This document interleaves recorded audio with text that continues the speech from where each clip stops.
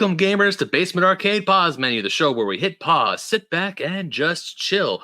I'm your host, Ben Magnet, and some of you all might know that as much as I enjoy the art of chilling, I also enjoy the art of chilling with a nice book. As much as I love video games, as much as I love playing video games, books are awesome, especially when books involve video games. So today's guest is a purveyor of such books. Ladies and gentlemen, welcome to the show, the head of Retro Game Books, Brian Riggsbee. Brian, how are you, sir? How you been? I'm doing good. Thanks for having me. Yeah, of course. Thank you for coming on the show. You are the head of Retro Game Books, which is, as far as I can tell, a provider of fine retro video game inspired books. And we are going to talk about that. We're going to talk about a whole lot about that. But before we get into that, every single time I have a guest on the show, especially a brand new guest, I always ask them this one very important question. How did you get into video games? Oh wow. Okay. So the first games I remember seeing were it was probably an Atari system of some sort. I can't remember which one, but it was something at a friend's house. We did have it was maybe 2600. I can't remember. We had something. I just remember the first game we owned was it was a Popeye game where you were Popeye running around trying to collect hearts that Olive was dropping, and the big bad, of course, was trying to chase you. It was a terrible, terrible game. But Hearts? um, I'm surprised it's not spinach. yeah, I think it was hearts. It was like her love, whatever it was. I don't even think there was a spinach upgrade, but feel free to look this one up later. That was like our first real entry. But the thing that really like got me into video games was like that day I went to my neighbor's house and he's like, "There's a dragon. It's in a game. You have to come in." And he was referring to Bowser in Super Mario Brothers for Nintendo. Which is he a dragon? Is he a turtle? Is he a dinosaur? That's whatever you want to believe. I think as a little kid, dragon is fine. So I went in there and watched and played a little bit and got hooked, and of course begged my mother for an NES, and that's what kind of took off from there. Oh, I feel like so many kids have that exact same story of where they're at a friend's house, they see a video game system, they have no idea what it is, and they're just completely enamored because that's actually exactly how I got into video games. When I was a very young kid, my next door neighbor, he had a Sega Genesis. He showed me Sonic the Hedgehog 2. I become hooked. Sonic the Hedgehog becomes the biggest thing in my life ever. And for years, I'm begging my parents for a Sega Genesis. I'm begging my parents for video games so I can play Sonic the Hedgehog. Didn't get it until the Windows 95, and my parents got me a Sonic CD for the Windows 95. But yeah, so many times, or so many instances, you go to a friend's house. Like we had another friend, close family friend. We had the PlayStation 2 at our house, but his house, while he had a PS2 as well, he was an Xbox mostly. He had an Xbox, so we would every time we go to visit. So many nights when my brother and I were kids, we're playing Halo multiplayer till the wee hours of the morning. We're playing Red Dead Redemption, just gunslinger mode, just constantly playing all these different multiplayer shooter games, and we didn't have this back home. We had the PlayStation because the PlayStation was our mostly single player. Let's go and experience a great story. Whereas the Xbox was like that was the multiplayer machine. That was where you go to have fun with friends. And God, it's just every time I hear a story like that, it's like, yeah, it's true. It's one of those great stories where you were a kid, you have a friend, and next thing you know, that friend got you hooked. And I can only assume parents just like every time they see that kid, they just give them a side. I was like, how dare you get my child into video games? My mom was I wouldn't say supportive or the flip side, but she was definitely indifferent. But she was supportive in the sense of we had a Super Nintendo, we later had a Genesis. I had an N64. Like I definitely feel privileged in the things we had. We didn't have everything. We didn't have like a PlayStation later.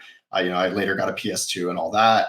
I've never owned an Xbox system, which is like hard to admit, like as a gamer to be like, I've barely touched Xbox ever in my life, but that's more of like, you get older, less time, you got to kind of pick a lane. And I tend to juggle between like retro and a modern game, kind of going back and forth. I got a PS5, of course, now, and a Switch is probably like where I spend most of my time, those two things. But the multiplayer thing, like I'd say my first big one was GoldenEye. I mean, same kid's house, but with 4 people. I never played it when it got remastered, re-released, whatever you want to call it. I'm sure the controls feel very archaic now. I can only imagine. I remember we used to call it the circle of death, which was like you get up on a guy and you would just kind of like just circle around him as you're firing at him, because that was like the best use of the controller and the way it's kind of laid out. I'd later go on to playing like Counter-Strike and those kind of games semi-competitively, which I was in that camp of like, FPS have to be on a PC and there's no way around it. And now I'm like, I just want to sit on my couch and play a console game, a lot of single player games, so I don't get too addicted. But that's just where I'm at now. Yeah, I 100% get where you're coming from. The single player games, I won't say that I'm not a multiplayer guy. I do enjoy multiplayer games, mostly multiplayer games when I'm playing with friends, either online. Like I wasn't a big Fortnite guy, and then Mhm. my friends finally got me into it because my brother tried. My brother attempted to get me into Fortnite very early on, like I want to say like season 2 or like the very beginning of the game, or the game right before the game reached peak popularity.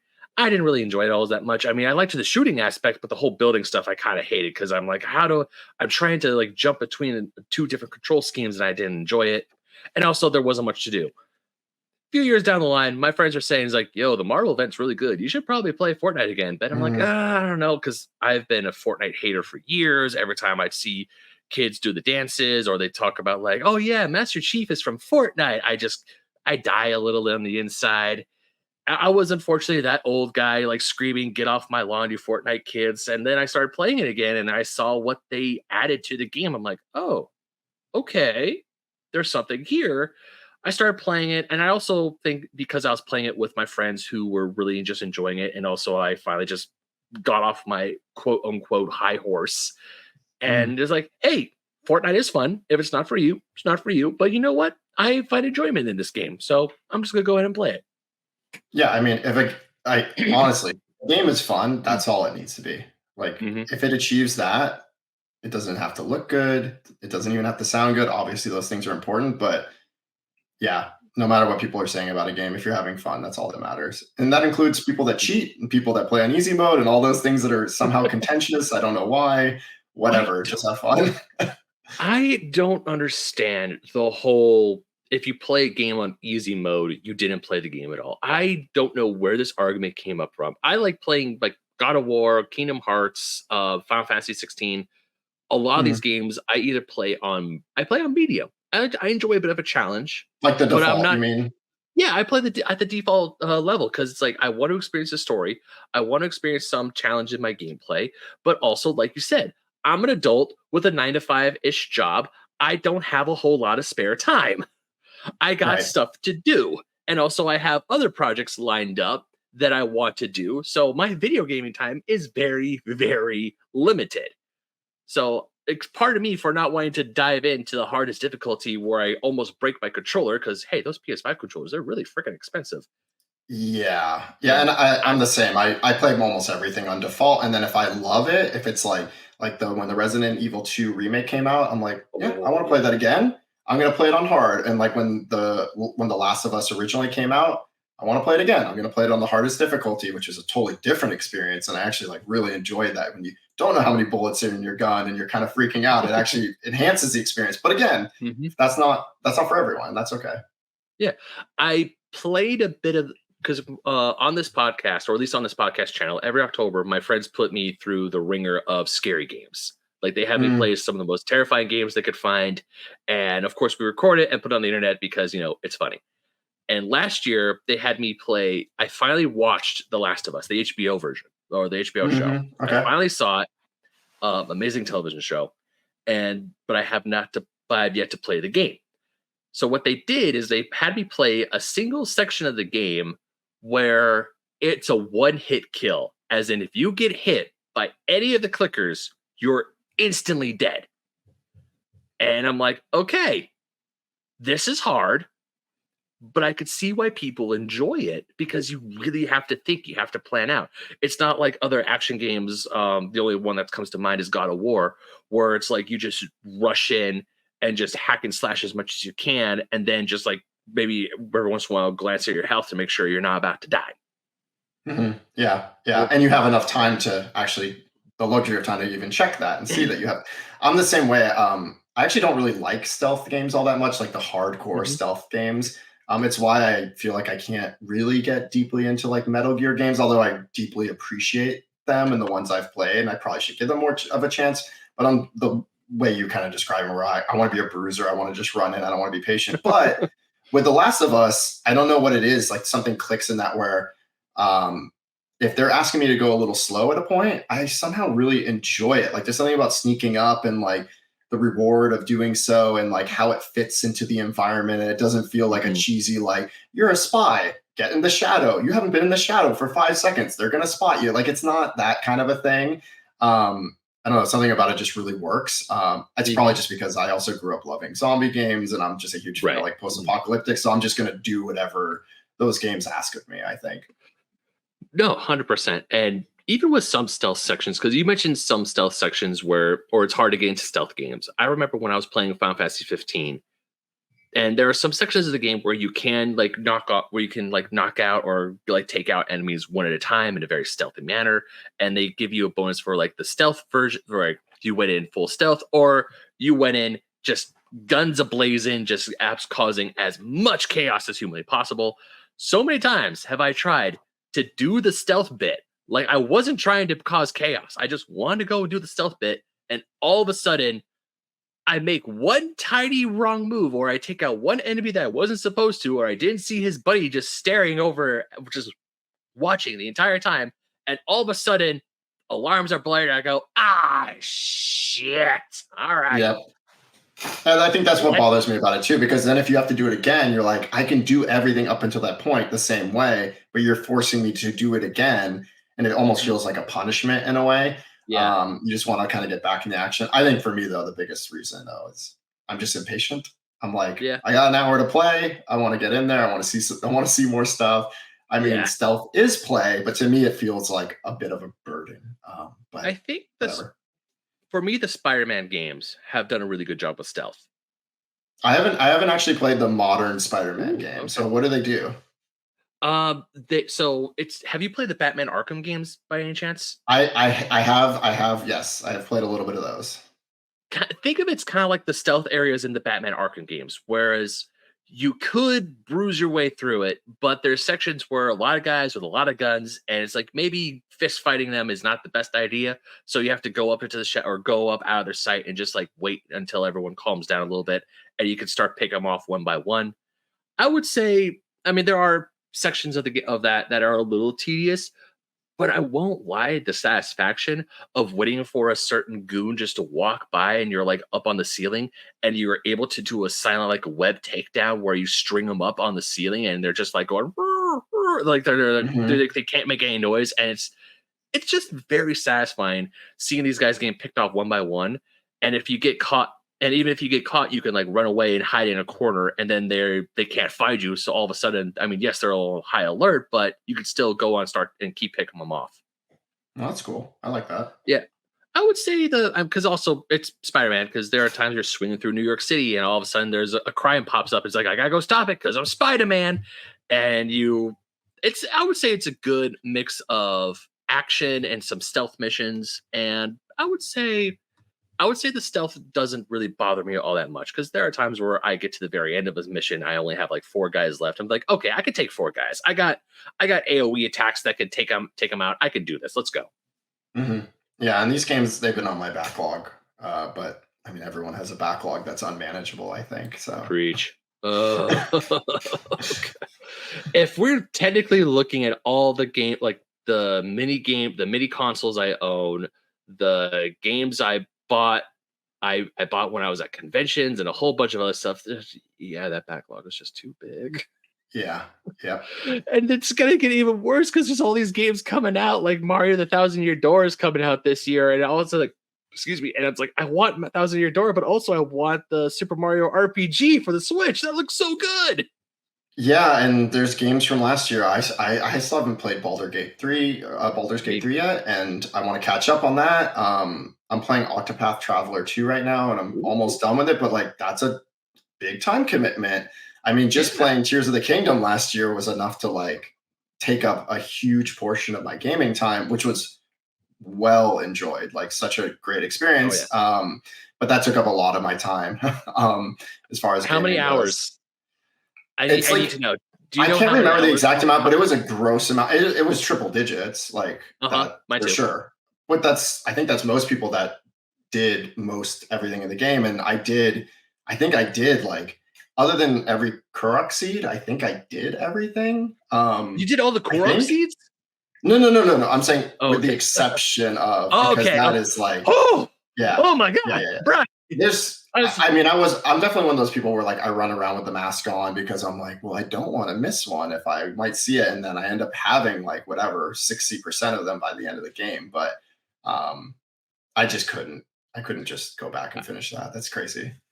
definitely Or no, my. it's not crazy. If anyone out there listening does that, you are not crazy. You're enjoying yourself, but I Hey, can't do if it. you want to do a completionist thing of Tears of the Kingdom or Breath of the Wild for that matter, more power to you. I Yeah. salute you, person who has done that. But that is Me, a game where I'm like, add more content to this game. I'll keep playing it for like the next 5 years. If they added something every 6 months, I would keep playing it. I mean, same with like Elden Ring, those kind of games. Like, Ooh, just keep adding more. I want to keep playing. yeah, Elden Ring is definitely something I'm waiting for. I'm like patiently waiting for the DLC to drop so I can go back to Hmm. that. I loved It makes playing you Elden wonder, Ring. like, is it like by the time they come out with it, I'm wondering, is this going to be like its own game? Like, I I'm sure know. they're putting the polish it probably deserves into it. I mean, Yeah. what a polished game the standalone is. But I'll pay with whatever they want. I'm Yeah, me interested. too. As much fun as I had with Elden Ring, just like just not just playing by myself, playing with my friends, with my brother. I'm like, they come out and say, "Hey, we do have a DLC. It is a little more expensive than it used to be." I'm like, "Take it." You guys were Hmm. that game was game of the year when it first came out. Just take my money and let me go back into the world of the Erdtree. I want to go back. Yeah, same here. Yeah, I'm wondering if it. I mean, assuming it will be DLC, I'm still wondering what are they going to do as far as like, if you're in the middle of like a new game plus, is it somewhere you can just wander off to? Do you need to kind of like tie off loose ends? Like, how are they going to do that? Like, I'm assuming your character is going to carry over because that would be kind of Hmm. a bummer to anyone, who would feel like they have to start over in some way. But how they handle that, I think will be interesting. So we'll Yeah, see. 100, most definitely. I'm just I'm looking forward to it because once I beat my first run of Elden Ring, I was at 190 some hours. I'm like, okay, that's it. I'm done. Or not. I Hmm. wasn't like, that's it. I'm done. I'm never gonna play this game again. It was like, I don't need to go to New Game Plus because I see the credits roll. I want to do something else, or I want to play something else, and that's how it was with me with Tears of the Kingdom. Like you said, Tears of the Kingdom, huge time sink. I was playing that game for months, months on end, and now that I've beaten it, I'm excited. I loved it. It made me cry. It made me have all the feels. I'm like, all right, time to move on to something else. Started playing Sea of Stars, and now I'm trying to get into the habit of beating a game that either started or already owned before I buy a new one. Because I Hmm. was out with my fiance last night. We walked into a GameStop at a mall, and they had a game I've been really wanting, Star Ocean: The Second Story R, and I'm like, I really want this game, but I want it so bad. And she's like, No. I mean, first of all, we're going to Japan this year, and she's like, save money and beat other games first. I'm like, but I want it. It's right here. She's like, no, wait. I'm like, okay, I'll wait. Yeah, I get that. And I remember playing Star Ocean Second Story a long time ago. Because that's a remake, isn't it? Of Hmm. the 90s. Yeah, Yep. I that's the only one I played was the Second Story back in the day. Barely remember it. But yeah, I'm the same way. If I start another game, I will not go back to the other one. Basically that's me saying I'm done with it. I like just focusing all my attention on one thing. It's like, the story's fresh, like uh, the gameplay's fresh. You don't have to relearn anything. That's kind of just a benefit. So I know that if I'm Yeah. switching, like that means I'm probably done or most likely done. And I should just Hmm. accept that. Yeah. Yeah. Yeah. The only time when I started a big, because especially with RPGs, they're long games, they're long time sinks, they're long stories, and like you say, you haven't started Baldur's Gate 3. I haven't started Baldur's Gate 3. I would love to play Baldur's Gate 3, but once again, I am terrified to play Baldur's Gate because I just know how big that game is, and there's a Yeah. bunch of other games that are, I wouldn't say they're more manageable, but they're a lot less. They're a lot shorter, and I could get through them a lot quicker. I like when I finally beat Final Fantasy 16, I'm like, cool. Now I can focus all my attention on Sea of Stars, and then I can go from there. When I was sick with COVID last December, I started playing Chrono Trigger on my DS because I didn't have access to my PS5 when I was isolating in my room. I'm like, you know what? Let me start playing Chrono Trigger. I started playing that at the tail end of my isolation period, and I'm mad at myself because I probably could have beaten that game the whole time I was sick and isolated. Because when I finally started playing it, I was like, I get it now. This game is one of the best games ever made. Holy shit, what have I been doing with my life?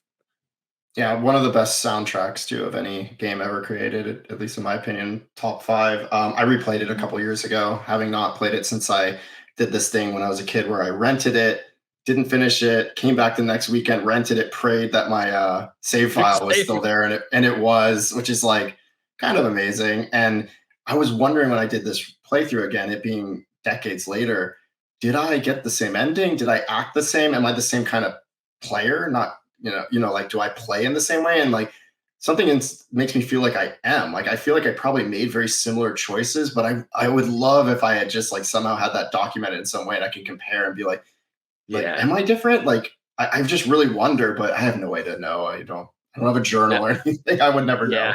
know. No, when I was playing it, because I had my copy of Chrono Trigger for quite a while. I bought it was a complete it wasn't a complete impulse buy, but I was looking it up. People on Twitter have been saying like, "Hey, Chrono Trigger is one of the best game ever." There's some people I Hmm. follow who would there's people who have been on the show, as a matter of fact, who would say that Chrono Trigger is like it's one of the best RPGs ever made. It's the best Final Fantasy ever made. All these accolades for Chrono Trigger. And then finally, when I found the DS copy on eBay, the copy I bought was for $75. And price starting averages at like at the time it was like 90, 95, 100 some bucks. I got lucky with that. I won the bid. I got the game. While the case wasn't in the best condition, the insides were pristine. I got the poster, and and it's a real cartridge. Thank goodness it's a real cartridge. That was the big thing that scared me was like, is this cartridge gonna be real or is it a repro? It's 100% authentic. And when I told some of my friends about it, they're like, dude, you got a good deal for a Chrono Trigger for 75. Like, normally I wouldn't dream about spending that much money for a DS game. But Yeah. because of Euro Trigger, it's like, okay, sure, I'll fork over the money for it. And I had that sucker for about a year and a half until I finally started playing it. Yeah, and I mean 75, if it was like, let's say you bought the Super Nintendo version in the original days, it was something like $70 already. And with inflation, I mean, that's like over $100. Like it's like you're getting a deal at this point. But my copy is right next to me, but it's the Super Famicom version, which was cheaper. Oh yeah, So it's not in as much limited supply. So that's just eye candy, of course. And yeah. I don't want to spoil anything, so I won't get into it. But like, I'd be very curious to hear what you think of Sea of Stars when you're done. I played that one through. I know there's a lot of like comparisons people are making to Chrono Trigger. I'm of the opinion that they're very like surface level comparisons because there's like the general look, the combos and the battle, like those things kind of the same. But I think they're extremely different games. But I'll just kind of leave it at that because I don't like spoiling things for people. So hold on, think. Ah! Yeah, excuse me. Zoom tight. Sorry. Thank you. Oh, that's gonna be fun. That's gonna be fun audio later. Uh, so fun fact: I started Chrono Trigger because of Sea of Stars. Because I saw people when Sea of Stars first came out, people were saying it's a fantastic turn-based RPG. I saw a few trailers of it online or through my Twitter or just through my social feeds, and I'm like, huh, I love the pixel art. This game, I love how I enjoy how they're going back to the 16-bit roots of turn-based RPGs. All right, I'll give this a shot. And then all of a sudden, being a PlayStation Plus subscriber, they're like, hey, Sea of Stars is now available for you to download and play at no extra charge. I'm like, oh, sweet. It's like the one time where being a PS Plus subscriber works in your favor, where it's like I have access to this game at no extra charge and I could play it. And as I was playing it, it was amazing. I get sick, I go upstairs. I'm like, all right, I'm gonna finally bring Chrono Trigger in with me so I could play it. I start playing it, and I'm like, everything just clicked. Whereas you're absolutely right. It is, I would say, Sea Stars and Chrono Trigger. There are similarities, but you're 100% right. They are two completely different games, and they're two amazing games. Whereas I Hmm. could see like I would say it's mostly in the combat and like how you traverse the world and fight enemies. That's where the similarities begin and end with Chrono Trigger. Besides that, or also with how having three members in your party and being able to, with these stars, you can switch them out on the fly. Whereas with Chrono Mhm. Trigger, you have to switch them out outside of battle.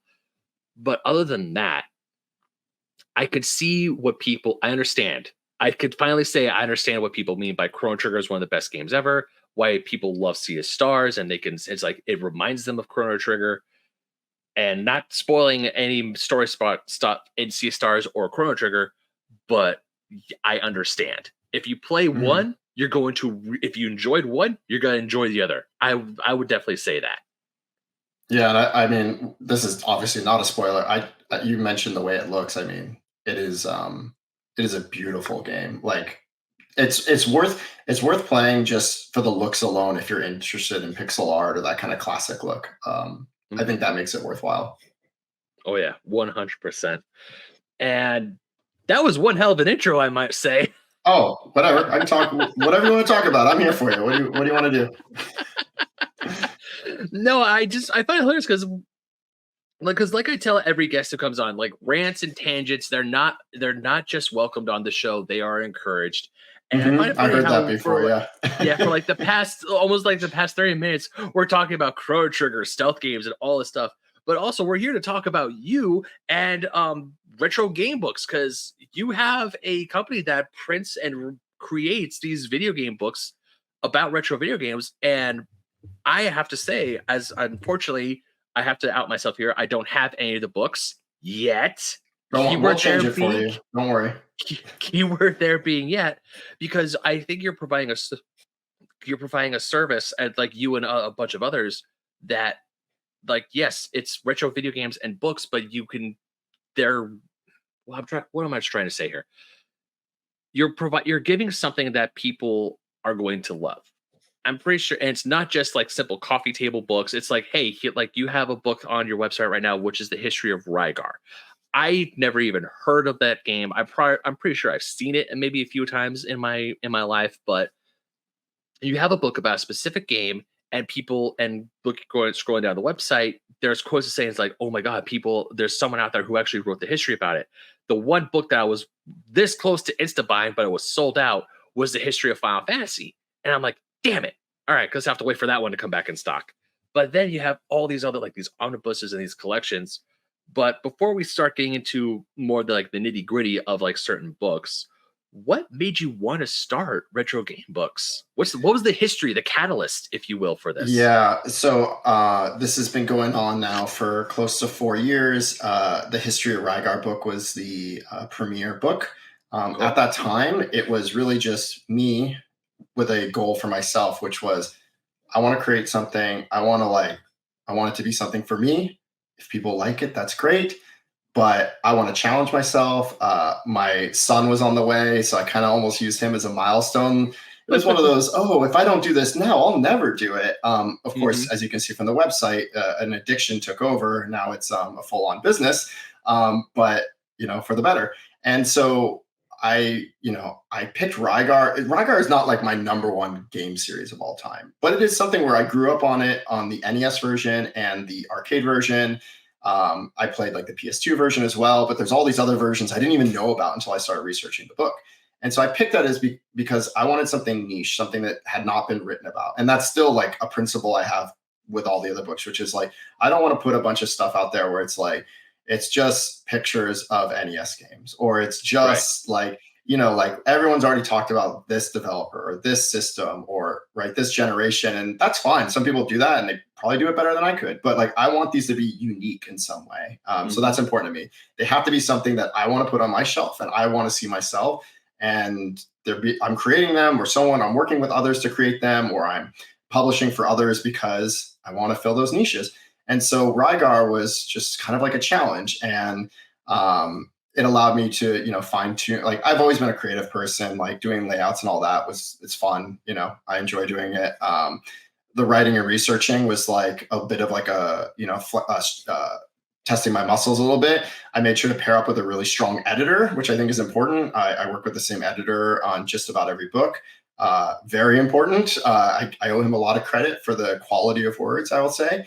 And putting that out, I'm one of those people where I start with an idea. I think, yeah, it's just going to be about the games.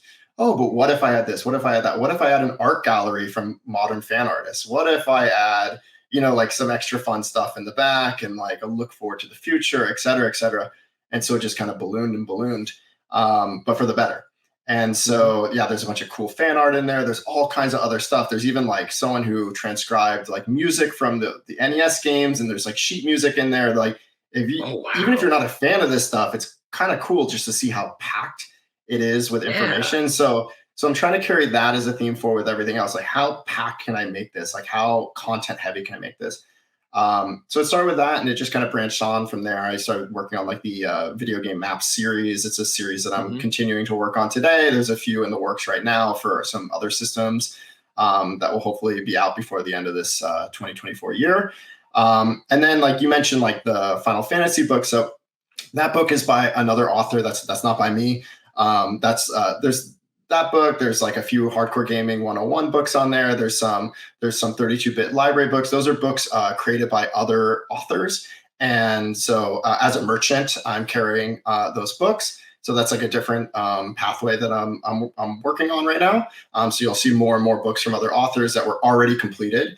And then there's like Mhm. a third pathway, which is that for example, I'm working with an author right now on an original idea. So, like, people Ooh. can pitch ideas to me. We'll work out a contract. Like, we're negotiating this one I'm speaking to right now.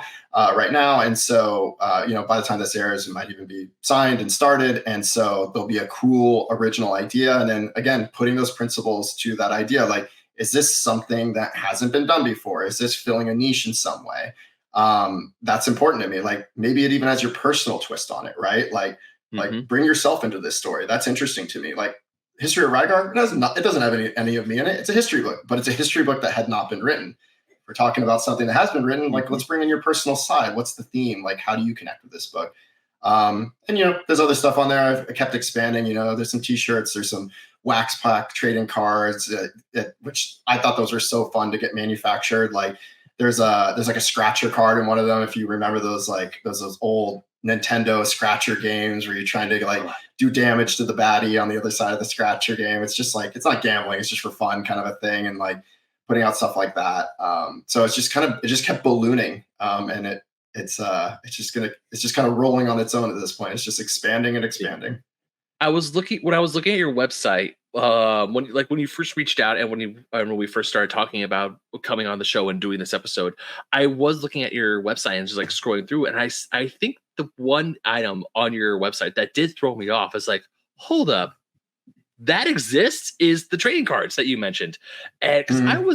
I was not expecting that. Like when I hear a company about retro game books or like your company retro game books, I'm thinking it's just retro game books, nothing else.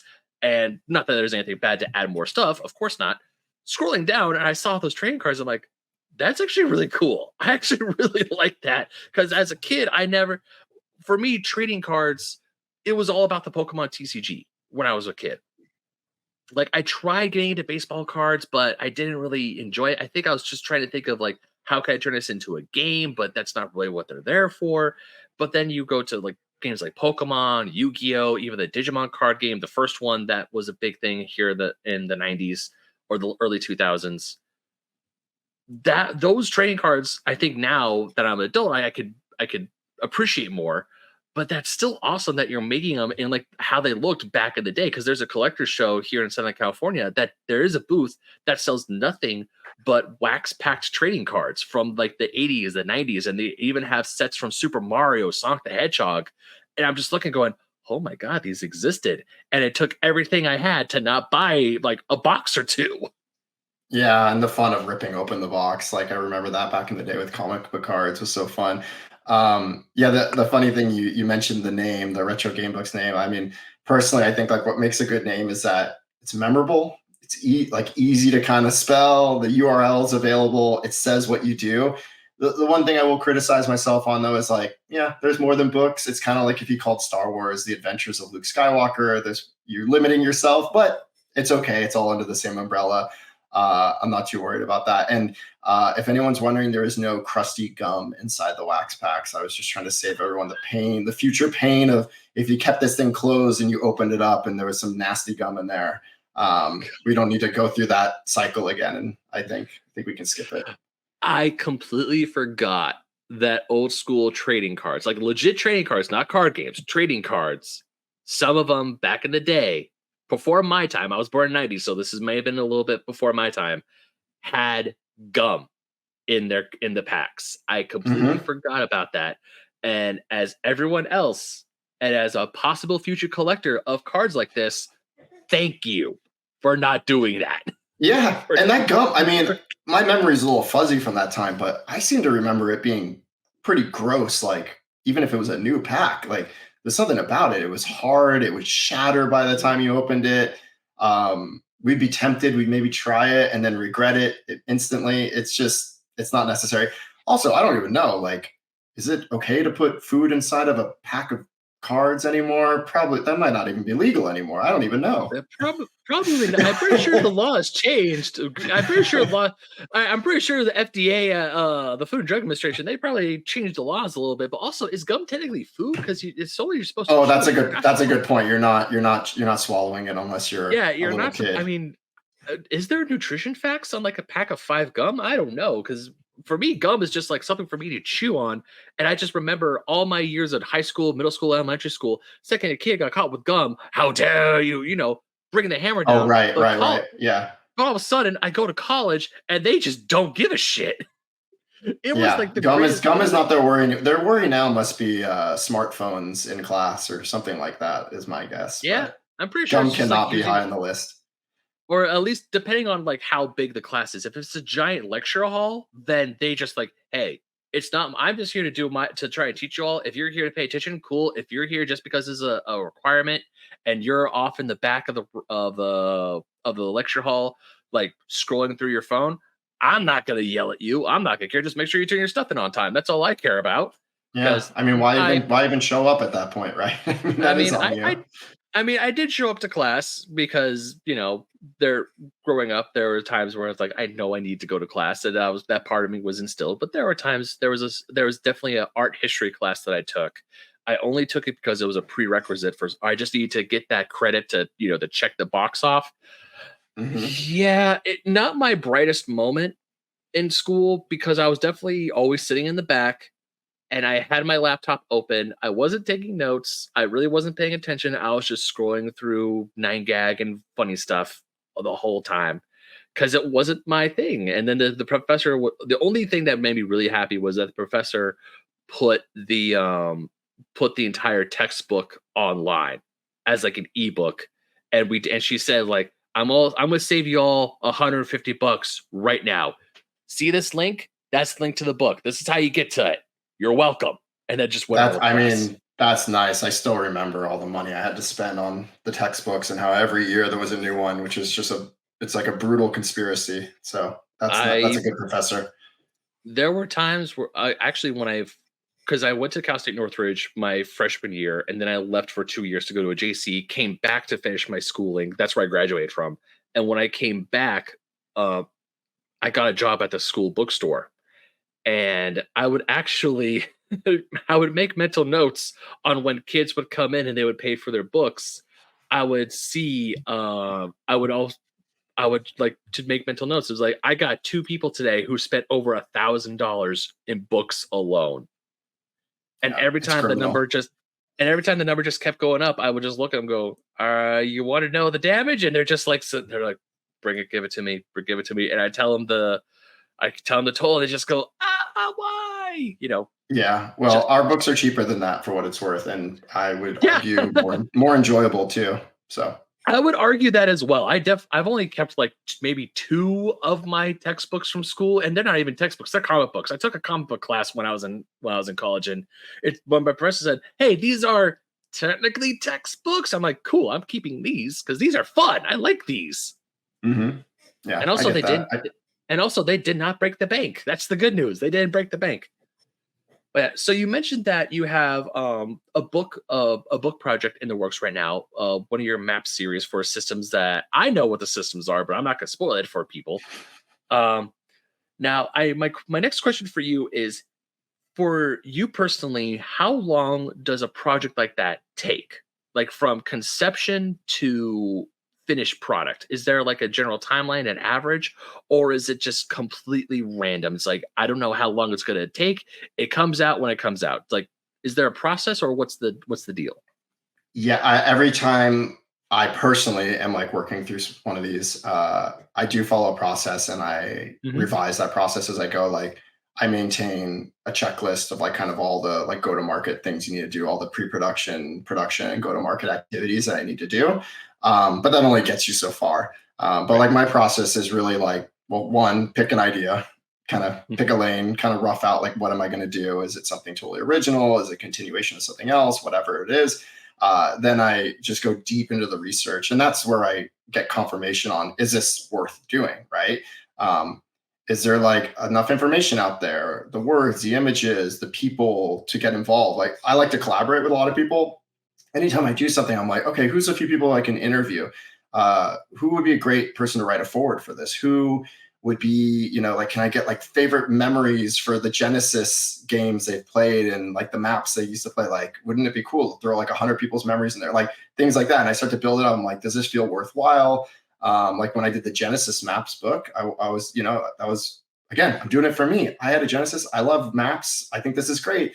But I need to like think about like, is there a good enough content out there? Like, is there modern artists that have done hand drawn maps of Genesis games that would be interested in featuring? What would the cover art look like? And so I just start, who is the cover artist I want to work with to commission for this? Like I always try to work with different artists, by the way, like for the covers, because I just like having like a diverse look and feel, and like also just supporting artists I think is important.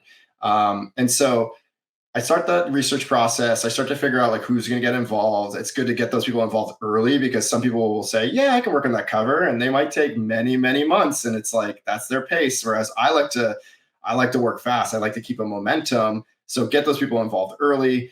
Once I've got everything researched, I get everything organized in spreadsheets and docs or whatever I do, like file directory with like images that I'm working on, like images I'm cleaning up, images I'm scanning, whatever it is I'm doing, or the people I'm working with that are going to collaborate and help on those things. It's all organized, and then I just start kind of chipping at it. I'll do like kind of like a vertical slice in a way, but for a book. So it's like, okay, this is like what the format of the book looks like. If it's something where it's like maps and every page kind of has a theme, this is like I want to get one spread done really well so it feels good. Okay, now can I carry this over like a template, but how am I going to change it up, right? And so it's consistent.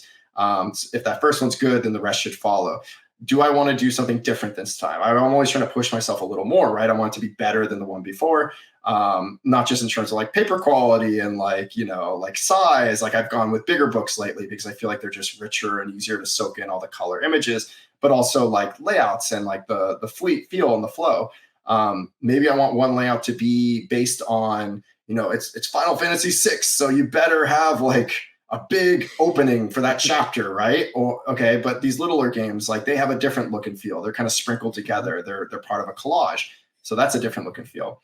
And then along the way, like I'm in like a private Slack with like a bunch of friends, some former game devs like myself, some just people I know and respect and enjoy my time with, and I get feedback. I'll paste an image. What do you think of this? Like tear it apart. What do you think about what I wrote here? What like who else should I get involved? Like, what do you think about what this person wrote? This isn't me. Like, what do you think about this? And that feedback is extremely valuable. You have to be willing to like take people's feedback and criticism because otherwise you get tunnel vision. And then Right. you put something out and you print something, like you do a big print run, you better feel pretty good about it. Which leads me to the next point. It's like, yeah, you're figuring out who you're going to work with your printers. What's their lead time? Am I doing a pre-order this time or am I doing a surprise release? So that's going to dictate the timeline a lot. Back to your original question. Like if I'm doing like, all right, I'm going to stock this up and I'm going to just surprise everyone, I can kind of get that manufacturing order out. I can start working on something else in the meantime while that's happening. or do I want to do a pre-order? I tend to do the former more because I like to surprise people. Mhm. I've actually never done a Kickstarter before, Okay. not because I have like an aversion to it, but mostly because I have a site. It's dedicated. Everything's direct to consumer. I have the financial backing. Everything's humming along. Again, I like to surprise people. I think it's kind of fun to be surprised and being like, this is available right now, starting this second. Yeah. There's something kind of fun about that, but pre-ordering's nice. It's good to get signal. I'm assuming a lot of people use Kickstarter even if they don't need the financial backing. It's just kind of nice to kind of like rally behind. It's fun, it's almost gamified in a way, right? Maybe in the future I'll do something like that. It's fun to do like add-ons and all that kind of stuff. But for now, I'm not.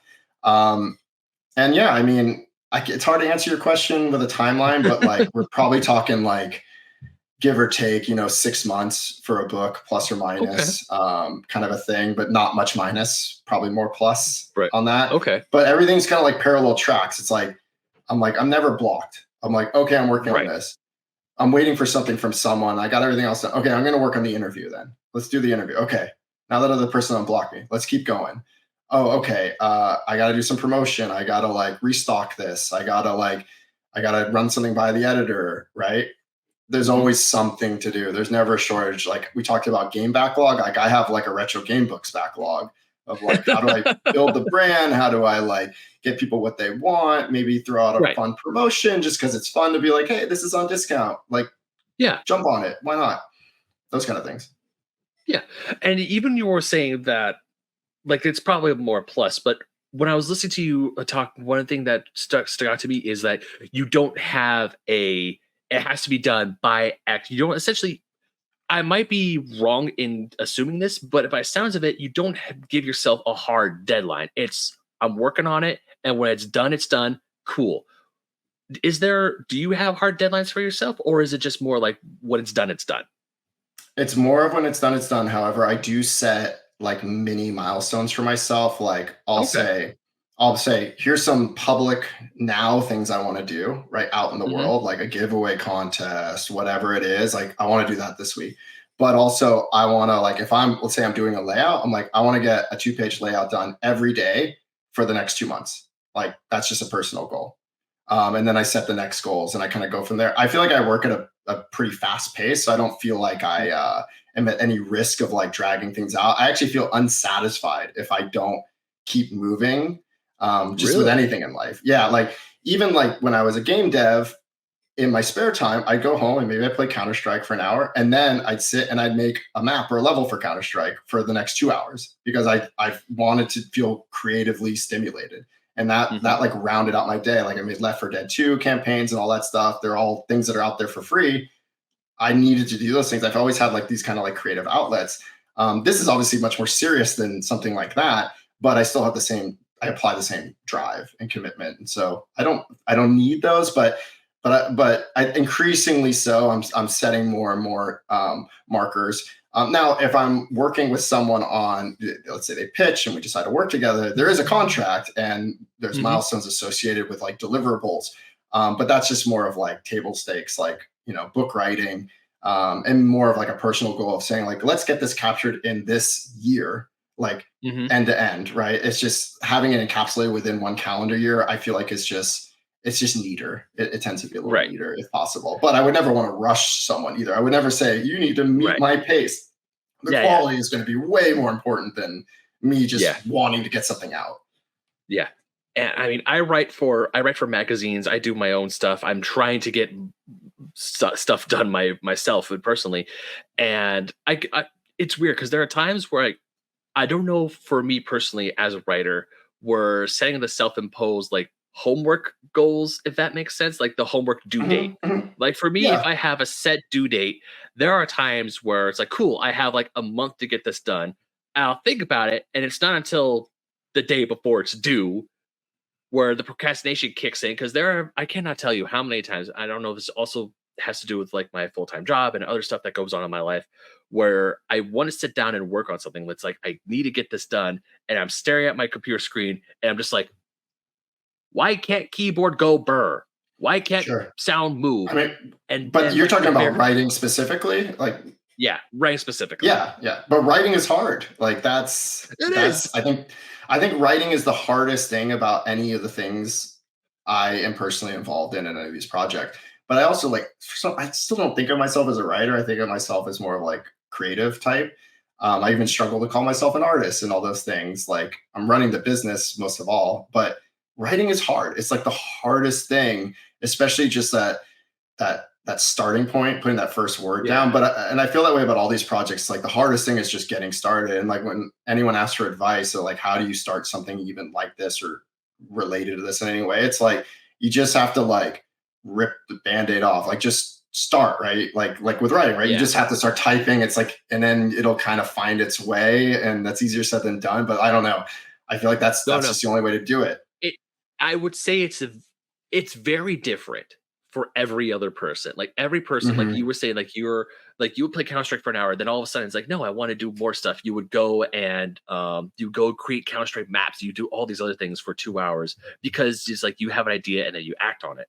I cannot tell you how many times I would be at my job, my regular job. I would think of just all these ideas, all these amazing things, because it's a very monotonous job. I'm just trying to keep myself entertained and not constantly stare at the clock or stare at my watch and go, "Hurry up! I want to go home." And then when I finally do get home, I'm just so exhausted. I'm just so tired. And it's either even when I'm like, all right, I'm gonna give myself a break. I'm gonna play video games for like an hour and a half, 2 hours maybe. Then I'll go to bed. And next, like 30 minutes in, I'm asleep on the couch, and I'm like, what? Oh, I'm just gonna go to sleep. Or I wake up and I see I'm walking my character into a wall, and that's been happening for like 10 minutes because I fell asleep. And yeah, because you're absolutely right. It is hard and it's also very different. And because there are times where I tell myself, like, I just need to write like X amount of pages every day. No matter if it's garbage, I'll fix it later. But even just getting to like a page is some of the hardest things in the world. Or there are times where I write a page in 20 minutes. Yeah. It's Yeah. all it is. Yeah, and I find like the easiest things to work on. I mean, this is such an obvious statement, but it's the things we're most passionate about, right? Oh, Like, yeah. if you're excited about it, it'll probably come naturally. If you're like, if it feels like work, it's probably not very fun. It's Mhm. going to be a grind, right? That's just the way Yeah. it works. And there have been times where I've done articles where they did feel like work, or I'm like not really the biggest fan, or I wouldn't say the biggest fan of the thing I'm working on, but something I'm just not 100% into, or something that I'm learning for the first time. There have been some pieces I've written where it's like, you know what? No, at first I wasn't too big on this project, on this assignment, and then the more I went into it, the more I had fun with it. And there are also been times where I was so excited to write a certain piece, and then when I finally get done with it, I look back on it, I go, huh, I could have done better. Or it's like, you know what, that I don't like this as much anymore. This kind of bums me out. Hmm. And Yeah, then I of course mean, the which is that's the problem though with anything creative, right? You always feel like you yeah. could do more and better, and like putting pencil down is, I feel like, is one of the Hmm. hardest things about any of the stuff we're talking about. Yeah. But then of course I go back to things like, oh, so what do you want to do with your life? I want to do this. It's like, but it causes you so much pain and anguish. I'm like, yeah, I know. I still love it. Yeah, I think about that with this business sometimes. It's like obviously it's a business, but I also want it to be fun. And Hmm. I've talked to some like people that like do somewhat similar things or like maybe more of like a side thing. And like the moment where it stops feeling fun, that's when their motivation starts to really drop, right? Because Hmm. they're like, "Oh, I got into this for it to be fun." If the excitement's starting to wane or you're just feeling like you're out of ideas, you're too tired, right? That can cripple your motivation and creativity. Yeah. But that's also why, like for me, like well, I still feel like I'm having fun doing layouts and all that hands-on stuff, but then like bringing in other people's work as a purchase order and working with other writers, that's keeping it super fresh and fun and Hmm. allowing it to feel like there's all this diversity. So like continuing to diversify is like what's keeping it fresh for me. Right. And even and I can't tell you like the highest highs I feel after like when I finish a piece myself for like a magazine, or there's an idea that I've had and I finally I finally sit down and I start typing it up, because there have been times where I've gone on big writing binges and I've loved every single second of it, and I had an amazing and even though it's just me sitting at a computer, but I'm writing about this thing that I'm really passionate about, or I'm doing or even when I'm looking up research, I'm looking up notes, and for certain things, it's 100% true. I have an amazing time. It's like I'm writing a research paper for college, but it's something that I want to write about and I'm having fun. It's not like, hey, you need to write this. I was that weird kid in school where whenever the teachers and professors there say you need to write an essay, the rest of the class would groan, and I would perk up. I'm like, essay, you say? Okay, I can do this. Yeah, that's so fun. I mean, I was definitely on the other side of the table. I was the groaning side. It's funny because like I was a film major, and even still, you think like film, you just must watch movies. It's just like when people say like you worked in video games, you must have just played games all day. It's like, well, no, it's like actually it kind of ruins some of the things you love in a way. Oh And a god. lot of film writing was like about theory, and it was really dense, and in a way that I actually appreciate more now than I did when I was Mhm. younger. But yeah, I was one of those like night before I'm gonna write it, which is like not how I am with the other stuff we're talking about. It's just it for me. It's all about like how exciting it is, you know? Even though my degree is technically radio production, on what it says on my actual degree from Cal State Northridge is cinema and television arts. So I also went to film school. I took those prerequisite film classes, and they were talking about theory. They were talking about all like the digging into the film itself. And don't get me wrong, there are some fantastic movies I was able to watch in my classes because it's like, hey, this is what we're talking about. This is what this film did differently. And then there are other films that I despise so much because I found them so boring and I hated them so much. But all Yeah. the air quote film snobs were like, "Oh, this piece is about the tragedy of just saying all these other stuff," and I'm just sitting there going, "I hate this movie. It Right. And sucks." I mean also it's art. Art is Yeah. subjective. Some people are Oh gonna yeah. love it and some are gonna hate it. So you're guaranteed to run into some Oh yeah. stinkers, you know. Yeah, 100%. Like I was one of my favorite personal fights or air quote fights, not fist fight, verbal arguments I would get into some of the film snobs is like I would talk about how much I liked the Michael Bay Transformers films, at least 2 out of 3 at the time. Oh, I heard you say that on one of your other episodes, and I was Oh, trying to like because like I'm not a fan of Michael Bay too much, but I am completely in your corner on like what you were saying. It's like if this is popcorn entertainment, let the person enjoy it. That's totally oh, okay. oh, you caught me off guard there. I was not expecting you to say that. Holy shit. Because I Thank used to you. make What the fun of Michael Bay and like Oh all no. the Oh, stuff he was doing, but like it's like I'm like I had a roommate who loved all of his movies, and I'm like that's great. You should love them. yeah. You know? I don't love all of his movies like Transformers 2. I'm like, but like the first, the third, I go there. I'm not going there to like for me with film, with like movies and film. I go there to be entertained. That's like my Yep. hardcore like Just that's like what do games. I go Games are for fun. Are you having exactly. Yeah. fun? That's all that Yeah. matters. I mean, if I'm like let's take a derailing the video games to talk about film for a hot second. Like the most recent film that I've seen that I've absolutely enjoyed, like hardcore loved, and I'm kind of mad it didn't get more Oscar nominations than it did. Godzilla minus one. So I haven't seen it yet, and I have a lot of friends who are like, they can't believe I haven't seen it yet. Go go see it if you have I the know, and now chance. there's like a black and white version and all this. It's like I would like to see it in a movie theater, and I think it's Oh yeah. still kind of in some theaters still maybe, and I really really need to. If you can see it in theater, I would highly recommend. Now, I'm not saying go see it in color, go see it in black and white first. Doesn't matter. But Mm, I mean, I would like to go see it again in black and white personally, but the fact that they just kept extending the theatrical run because it was as audiences here in North America were just constantly love going to see it and they constantly praise it because it's like it's one of those things where it's a foreign film. It's kind of like what happened with Dragon Ball Z Bro or Dragon Ball Super Broly, how so many people went to go see Broly and the studio kept extending it because it's like, we'll just put it out for like 2 weekends. No one's only the diehard fans. All of a sudden, general audiences are going to go see this movie. They're like, what did we do? It's kind of like right. that. Yeah, But with God, I will. I will definitely see this yeah, movie. yeah. But I mean, once it comes out on Blu-ray, I'm buying it. So I'm like, take my money, please.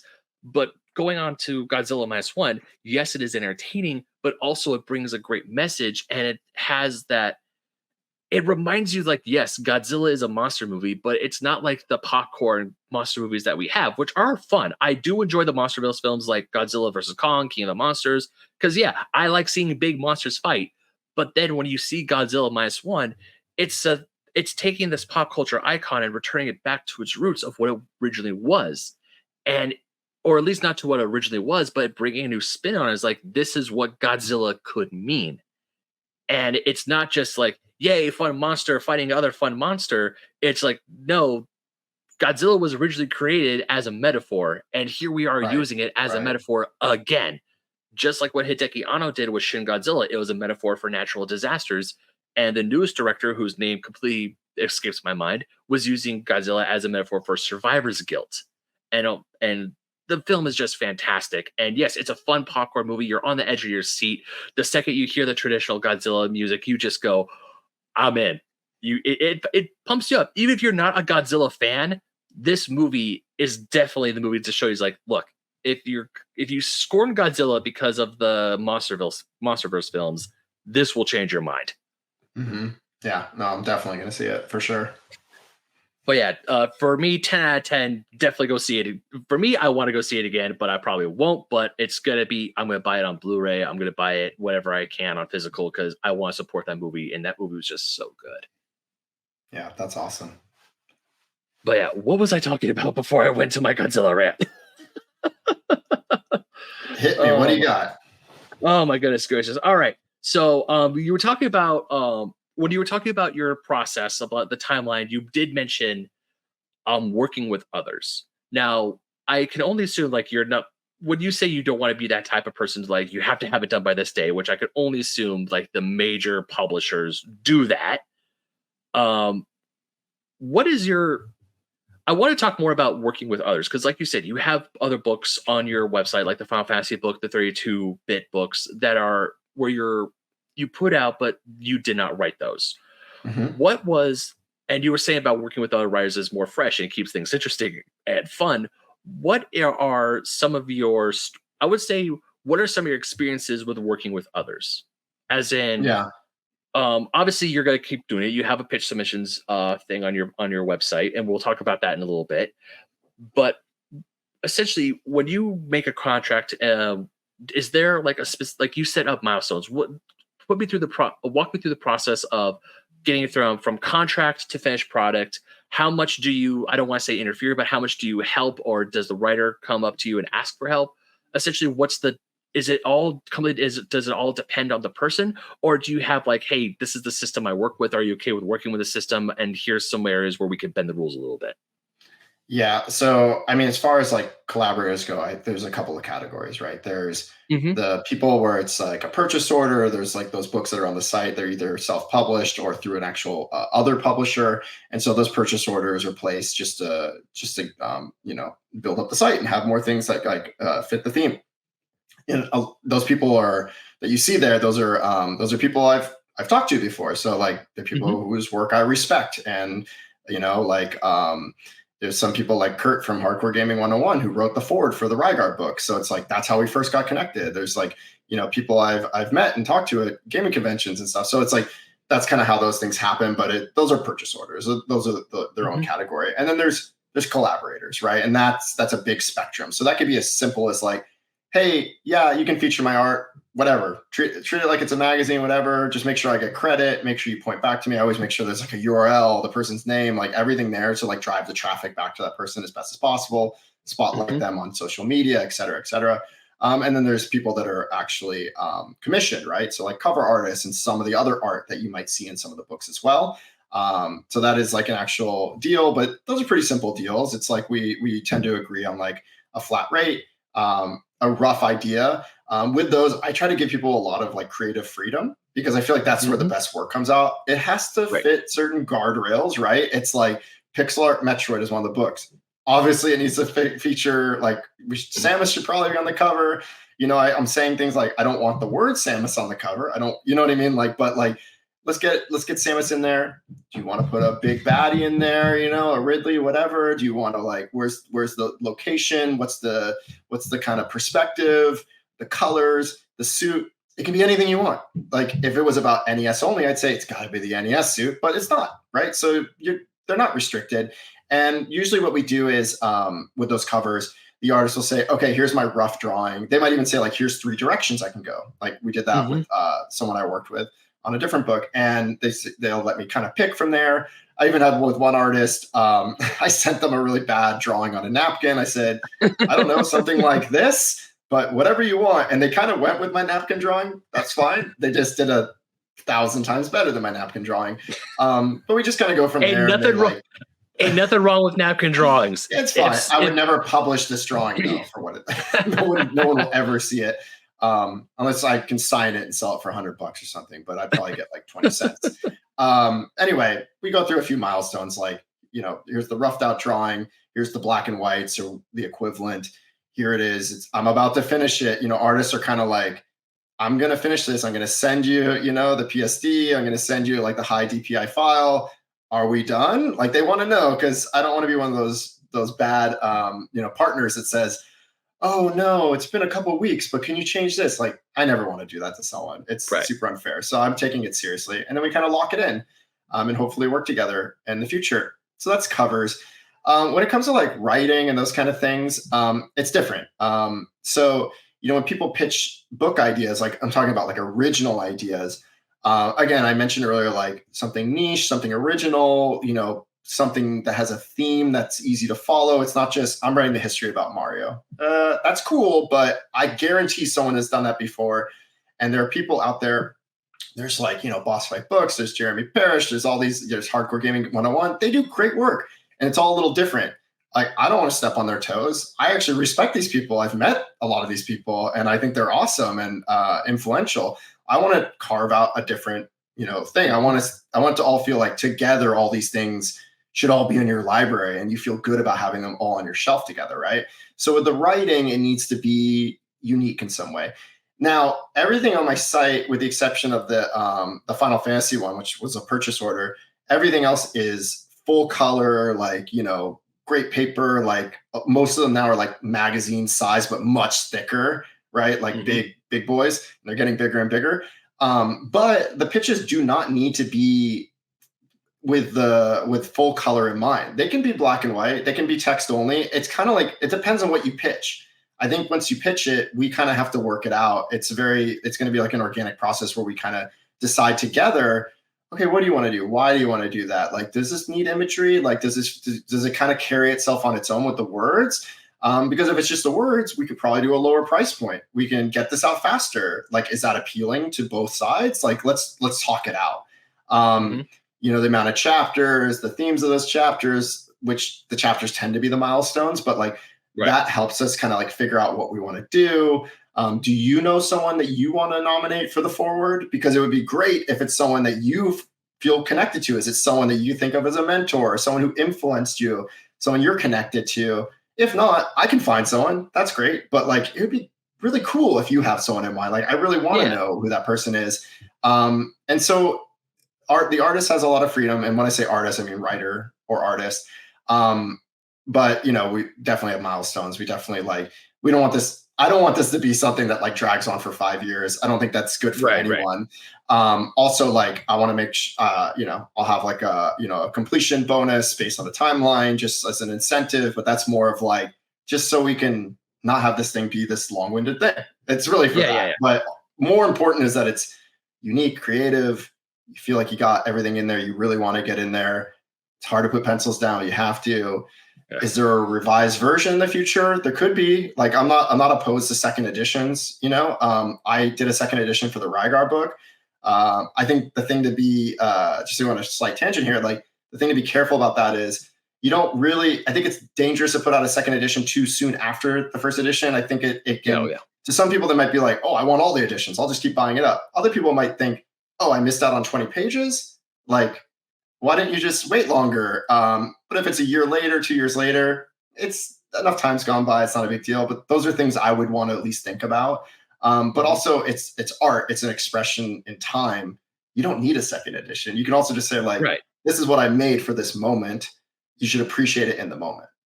Yeah. I would also say that with second, because when you mentioned shout out to Boss Fight Books, because the head editor. I have so many of their books. Yeah. Gabe, he was actually a guest on the show a few episodes ago, so shout out to them. Because I asked him about second editions, because with books like Boss Fight, or even with books like the Rygar, you say you put out a second edition.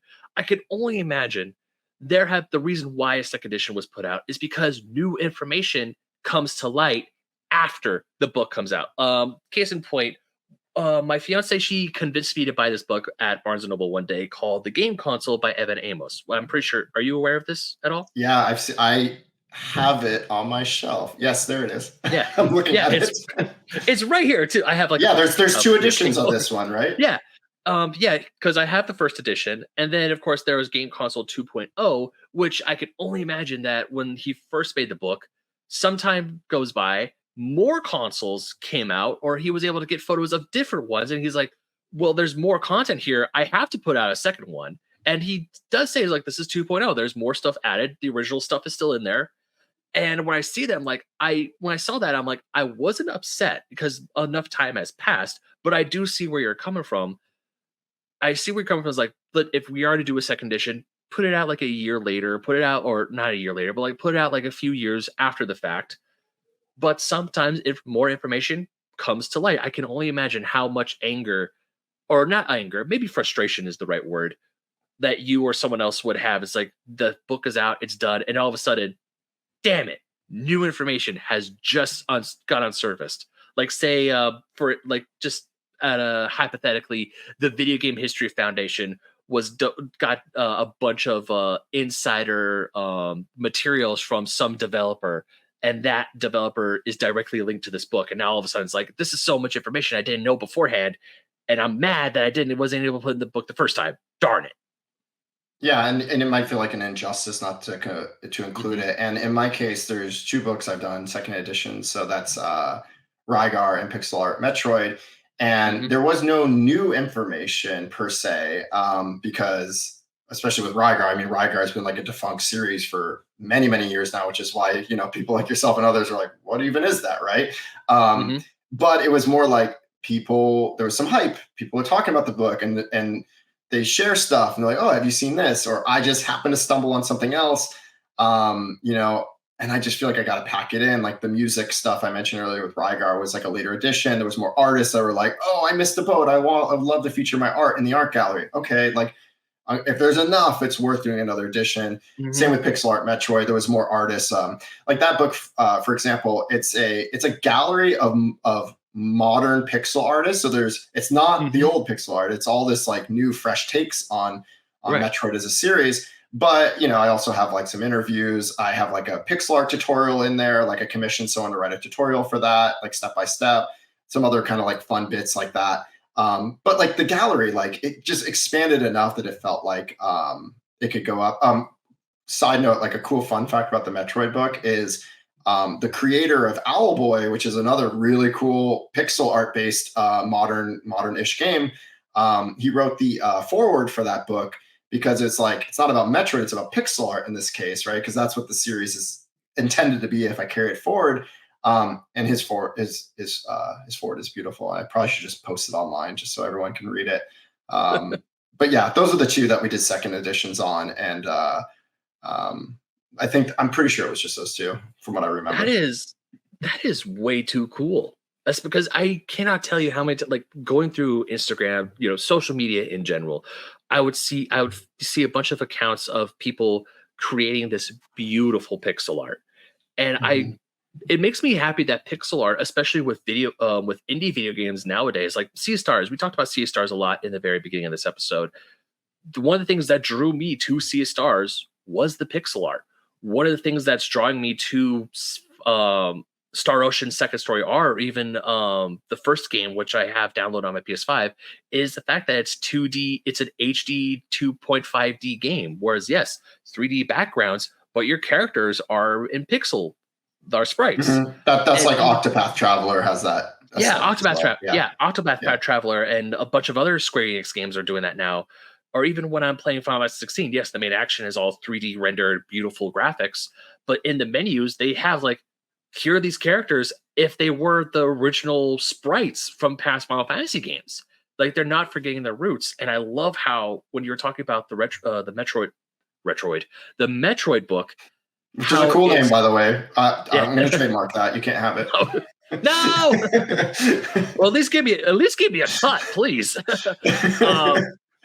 um, but you have someone in the Metroid pixel art books like, hey, if you want to make pixel art, here you go.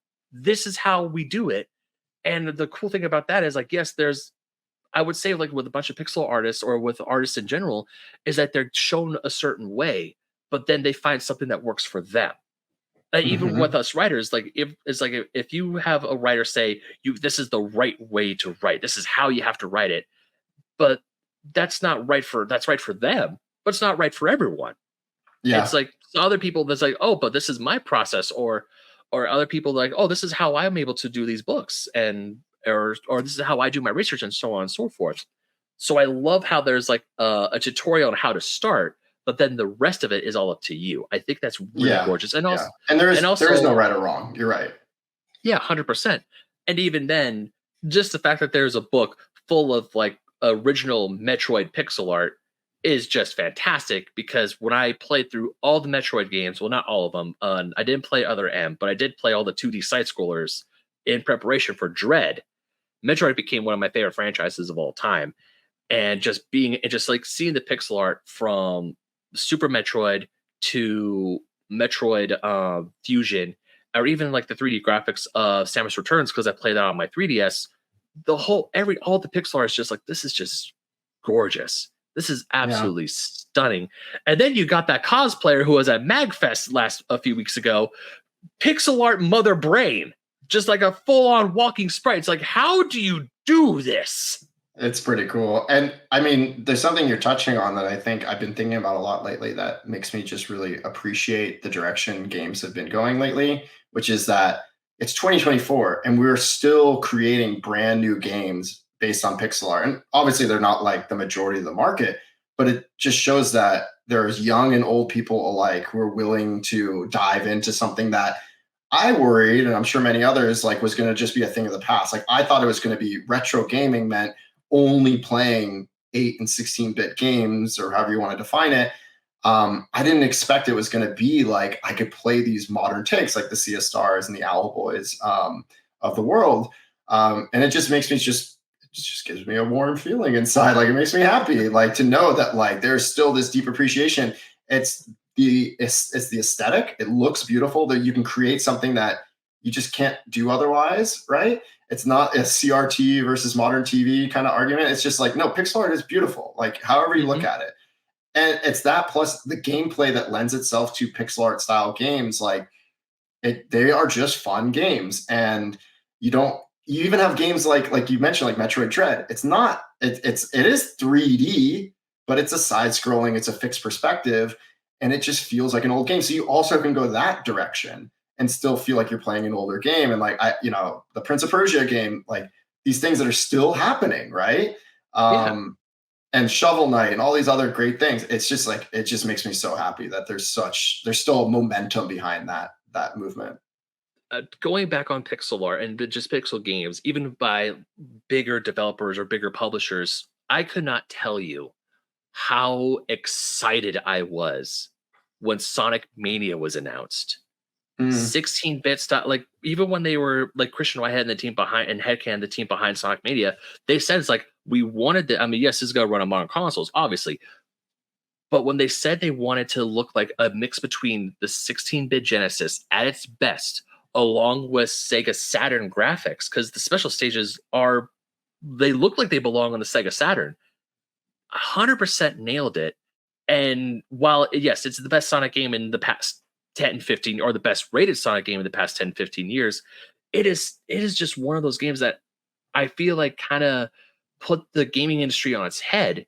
Whereas, like, here's a game that looked like it should have come out in 1995, 1996, whatever, on a cartridge, and it's this well received, it's this well beloved, and it sold as well as it did. Even people like me, I shouldn't have double dipped, but I double dipped. I had it on the PS4, now on the PS5, and I bought it on the Switch because, I mean, look, Sega doing what it is, like, it's digital only. And then it's like, okay, we're going to put a physical copy out with all the DLC. As much as I hate it when they do that, the fact that we still have it on a digital, on a physical cartridge with a reversible cover, making it like, this is a Genesis game. Here, let's make it look like a Genesis game that people are going to want. I fall for it. I hate it. I hate that I do, but I do. Yeah, that's so funny. A couple of years ago, I almost put out one of my books that's like the manga size. I wanted to put it in like an NES like box because and I found a guy who like makes I mean, there's people out there, right? Like you don't need like a Oh yeah. big manufacturer to do these kind of things anymore. I had designed the full thing like laid out. But the size was going to be different. It technically wouldn't have been the same size, and there's something about that that maybe just not do it. Hmm. I still want to find a way to do it, like maybe like put a bunch of goodies, and that like like a sticker bundle and scratcher cards or bookmarks or whatever in a box, like just something to do that.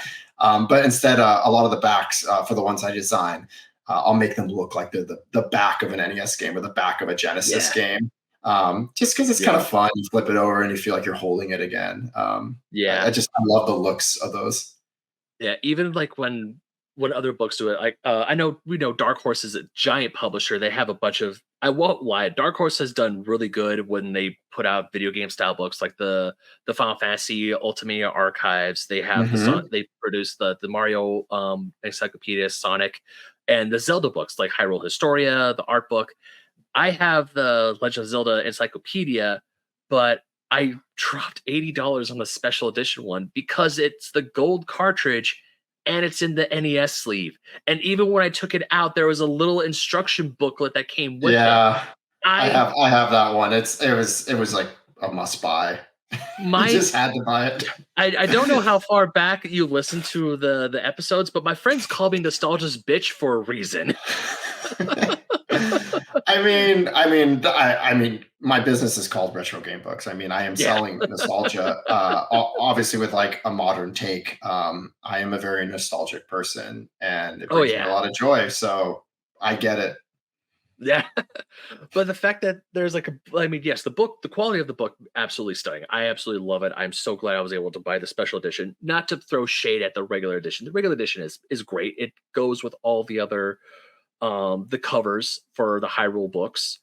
But man, just the fact that it's like, here's the original gold cartridge for The Legend of Zelda, and it's well made. It comes with the dust sleeve and everything. It's like, God damn it, you got me. You friggin' got me.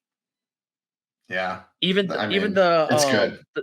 yeah, my Sonic encyclopedia is over there because I keep buying these books. I don't have a whole lot of room. I'm trying to move stuff around.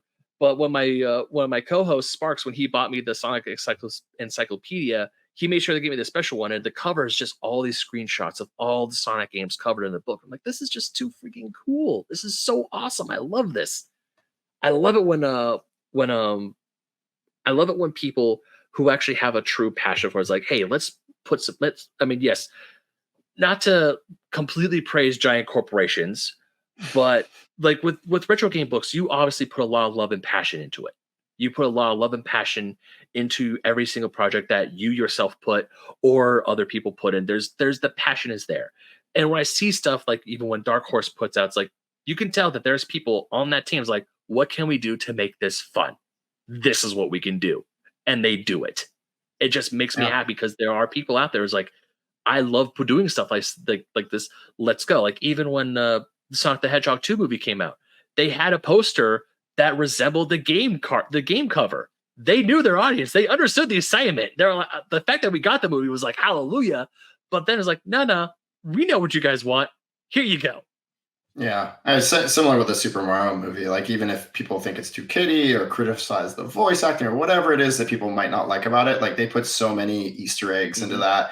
Oh I got a yeah. 3-year-old, so I've seen it a lot, and I notice something different each time that it's Hmm. on, even if it's just more in the background, like a few, 30 minutes before bed, kind of thing. I'm like, oh, that's so cool. It says level 1, 2 when they're going into the Yeah. sewers at the beginning, like Yeah. I might have missed that the first time, but like there's so many things like that, and like they're doing that for the fans. Like they don't have to Mhm. do that for kids. They don't notice that stuff. That's for the fans that have been around longer, and so I appreciate those kind of details, and it That's for makes me us. want. Yeah, it's for us, and like I'm assuming people making these things are fans, and that you feel it when they do things like that. It's important. Yeah, I mean, I have my criticisms of the Mario movie, but as a whole, I still enjoy the movie. I watched it again when I was I sick. think it's pretty good. I mean, I seeing it still, 20 times, I don't really like it anymore, but I mean, I mean, in the 2 times because I saw it in theaters and then I saw it again when it came out on Netflix, and I'm like after I was watching it a second time, I was like, "You know what? I still have fun with this movie." I mean, Jack Mhm. Black is still, like, the best part of the movie.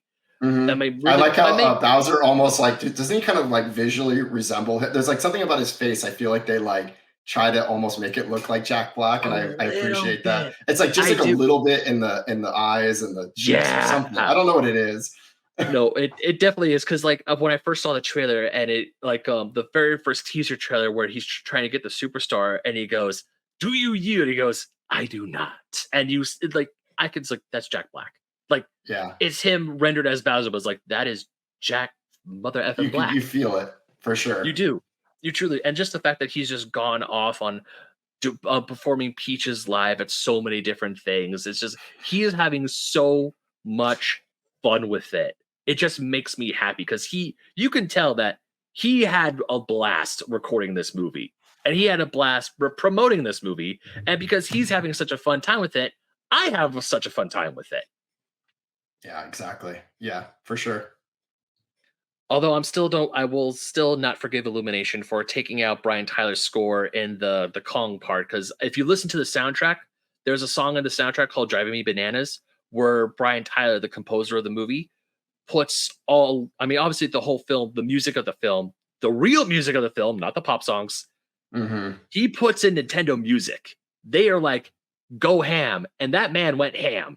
And the fact that they took out the Donkey Kong music and instead replaced it with "Take on Me," I'm still mad at them for it.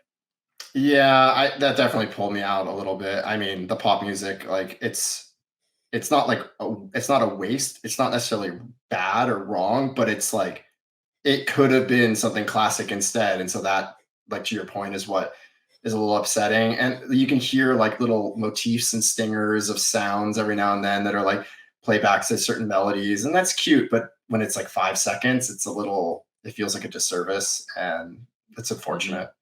I mean, Yeah. listening to the song "Driving Me Bananas," like it's not just the first level from Donkey Kong Country. It's that and the opening do do do do do. Where Cranky Kong is playing with the melody player or the Mhm. record player. Plus, like He Donkey put Kong Country is like one of the great, yeah. like the first. I mean, like they're all great soundtracks. Like Oh yeah, well 100%. composed music, right? Yeah. And the fact that he was given access, because normally Nintendo, they put that crap under lock and key. It's like anyone who puts like, it's like, hey, this is for free. I want people to listen to this on YouTube. Next thing you know, they get a C&D from Nintendo. It's like, what the heck, man? I'm not making any money off this. You guys make such great music. I want to celebrate it. But that's a rant for a Yeah, different time. yeah, I get you. Uh, I mean, I love Nintendo. Do not get me wrong. But there are times where they do stuff, and I just go like, why? And then you look at Yeah, Sega, and it's like, well, you're not alone. You're definitely not alone. yeah. All right. So you mentioned about having pitches. You mentioned like when people put in their pitch, having a vision, trying to do something different. And one of the things I also wanted to talk about is that quite a few times in this episode, you've mentioned a word niche.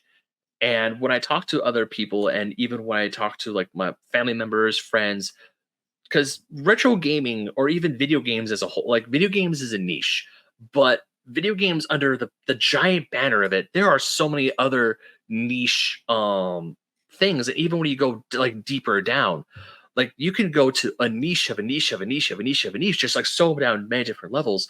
And one of the things that I do love about the storefront and also the books that you are putting out is that you are appealing to those niches. And so my question is, what would be some tips that you want to give to prospective writers? As I Mhm. raise my hand, audio listeners, Mhm. as in, what are some tips for pitches? Like, how far of how deep of a niche does it have to be? Or it's like just essentially, what are tips for a submission, any sort of submission that you would consider putting onto your storefront or turning into a project? Yeah, I mean, like on the niche part, it's like it needs to like more than being a niche, it needs to be unique. And unique is a very loosely, I'm using that word very loosely here. But what I mean by that is there already a book about X game? Okay, there is. Okay, so what's your unique take on it? Mhm. Is it that you're just writing about your personal experience growing up playing it? If it's as simple as like I played it. It was fun. Our friends would joke about it. It's like, well, that's probably everyone's experience with it. Like, there's probably something more. Like, is it like, is it like you have a personal connection in some way, or is there like something about your past that really makes you feel connected in this really unique way that fits the theme of the game? Or maybe it's like it's none of that. You're just really you're a comedic writer. You're really funny. If you're funny, like that's already unique enough, right? Hmm. Or something else, right? Or hopefully it's a game series like Rygar. It's never been written about, and you're like, you can say, hey, this is why I'm the right person to write about it. I experienced it, like it's not just like it's on my shelf, but it's like this is my passion for it, right? Or maybe you're not Hmm. that passionate about it. That's okay, but you're gonna bring something to it and people are gonna feel that energy and they're gonna be informed. You're like the best researcher ever, or whatever. Putting that all aside, like, including some kind of writing sample, I think is really important because without that, like, how do you really know? Like, it's not just about like quality, right? Quality is also subjective, right? But it's more about Hmm. like the type of writing you do. Like, are you a Right. funny writer? Are you a very personal writer? Are you like a documentarian? All those things Hmm. are good for their own reason, right? But to get a sense of that and thinking about how it'll mesh up with the theme you're proposing is important. And that said, the sample doesn't have to be like a sample chapter per se, like, which is helpful, right? If you're like willing to write a sample chapter, that's work, right? Hmm. But and that's your work. Like, I don't own that work. If we don't work together, that's yours. But like, carry forth if we don't. But uh, seeing that it gives you a little better idea of where we're going because it's literally the thing we're doing. But Hmm. it doesn't have to be that. If it's like, you write articles, right? You're like, here's an article I wrote. I'm proud of. It gives you a sense of my writing style. The way I'd like to kind of interpret things and how I approach things. Great. But I do think that's important because otherwise, if someone just says like, I want to write a book about Toe Jam and Earl. I'm like, cool, that's one of my favorite games of all time. And I'm guessing there's not a book about it. I'll Google it later. But what's your writing style like? Like, Yeah. I, anyone could write that book that's played it. Yeah, I need a little more. And so Yeah. that, So that's really important. so essentially, it's like obviously it's like the pitch shouldn't just be I want to write about X thing. It should be like, hey, I want to write about X thing. This is why I want to write about it. This is what I bring to the table, and here's essentially like here's like an example or a sample or something other than that. Because I can Yeah, only yeah, imagine. and yeah. Because I did talk to when I was talking to Gabe at Boss Fight, he was saying the same thing. Is like, yeah, we don't. I mean, yes, writing about a certain game is cool, but we want to know why. Even though, because obviously, because looking at like you said, you have a bunch of boss fight books. I have a few boss fight books myself. It's like some of the games they have is like they have some of the classic of classics. Obviously, Chrono Trigger being one of them, Shadow of the Colossus. But then they have other ones. Like recently, they came out with Minesweeper. I'm like, Hmm. that's a game I never thought about. Someone wanted to Yeah, write and it makes about. you I'm wonder, like, like, how much can you really say about Minesweeper? Right? I yeah, haven't read that and one, but I'm assuming there's a lot to be said about it, actually. it's very like to me my favorite bit about that Minesweeper book because I was sent it so I can like look into it because I wrote an article for one of the magazines I write for about Hmm. boss fight books and when I the first chapter in that Minesweeper thing is like here's how to play Minesweeper. I never knew how to play Minesweeper as a kid. It finally was like, this is how you play the damn game. Because when I first saw it as a child on my parents' Windows 95, I just thought, oh, you just have to click random buttons and pray you don't hit a mine. I don't know what these numbers mean. And now I do. It's like, oh, Right, so right. that's how. It's Yeah, like when you yeah, and finally figure out yeah, how to play exactly. solitaire for the first time. But that's also interesting to know. That's probably how 95% of the people played it. And like Yeah. it like was that the intention? Does it matter if it was the intention? Like those are interesting concepts to explore. The other thing I'll add about the pitch is like if you have a book that's almost done or done and you need a publisher, you're trying to get it out the door, you want to get it printed and up and distributed, because that's a lot of work, right? Like figuring like a lot of people don't know how to do that. They don't know where to host. They don't know how to get it printed. They don't know how to make sure it's quality. They don't like where are they going to sell it? Who to, right? Hmm. How are you going to market it? How are you going to get this all together? Um, I'd be interested to at least talk if people are like, yeah, I have this thing. Okay, cool. Let's talk about it. Like, it doesn't matter if it's not yet conceived. That's okay. The other thing is like, I think I said earlier, it can be full color, it can be black and white, text only. I'm flexible. I think it's Hmm. more about what is what makes the most sense for the concept that's being proposed. So I think people should like think about that. They don't need to have that figured out, but that's something they should think about, right? Because some Right. things lend better to visuals. Some things are more like art book like. Some things are more like no, it's just straight history. You're just going to read about it. Whereas Rygar was somewhere in between. I wanted to have that Nintendo Power Magazine ish feel, and like kind of like like how that popcorn fun kind of like thing to it. It's kind of everything's popping out and like visually stimulating. You're kind of looking, there's like tips or there's random facts everywhere, but it's still a history book at its core. Hmm. That's another direction. That's more of like a hybrid, right? So it's something at Right. least people should think about if they propose something. And then the other thing I'll mention is like, I'm not doing like, there's not like a here's the window to submit. People want to submit, it's open, drop it Hmm. in. Myself or someone else will definitely read everything submitted in there. I can't, give direct feedback to every single person that puts something in there. It's impossible. So I hope people don't have their feelings hurt if I'm not replying to people's emails. It's just like the nature of things. Right.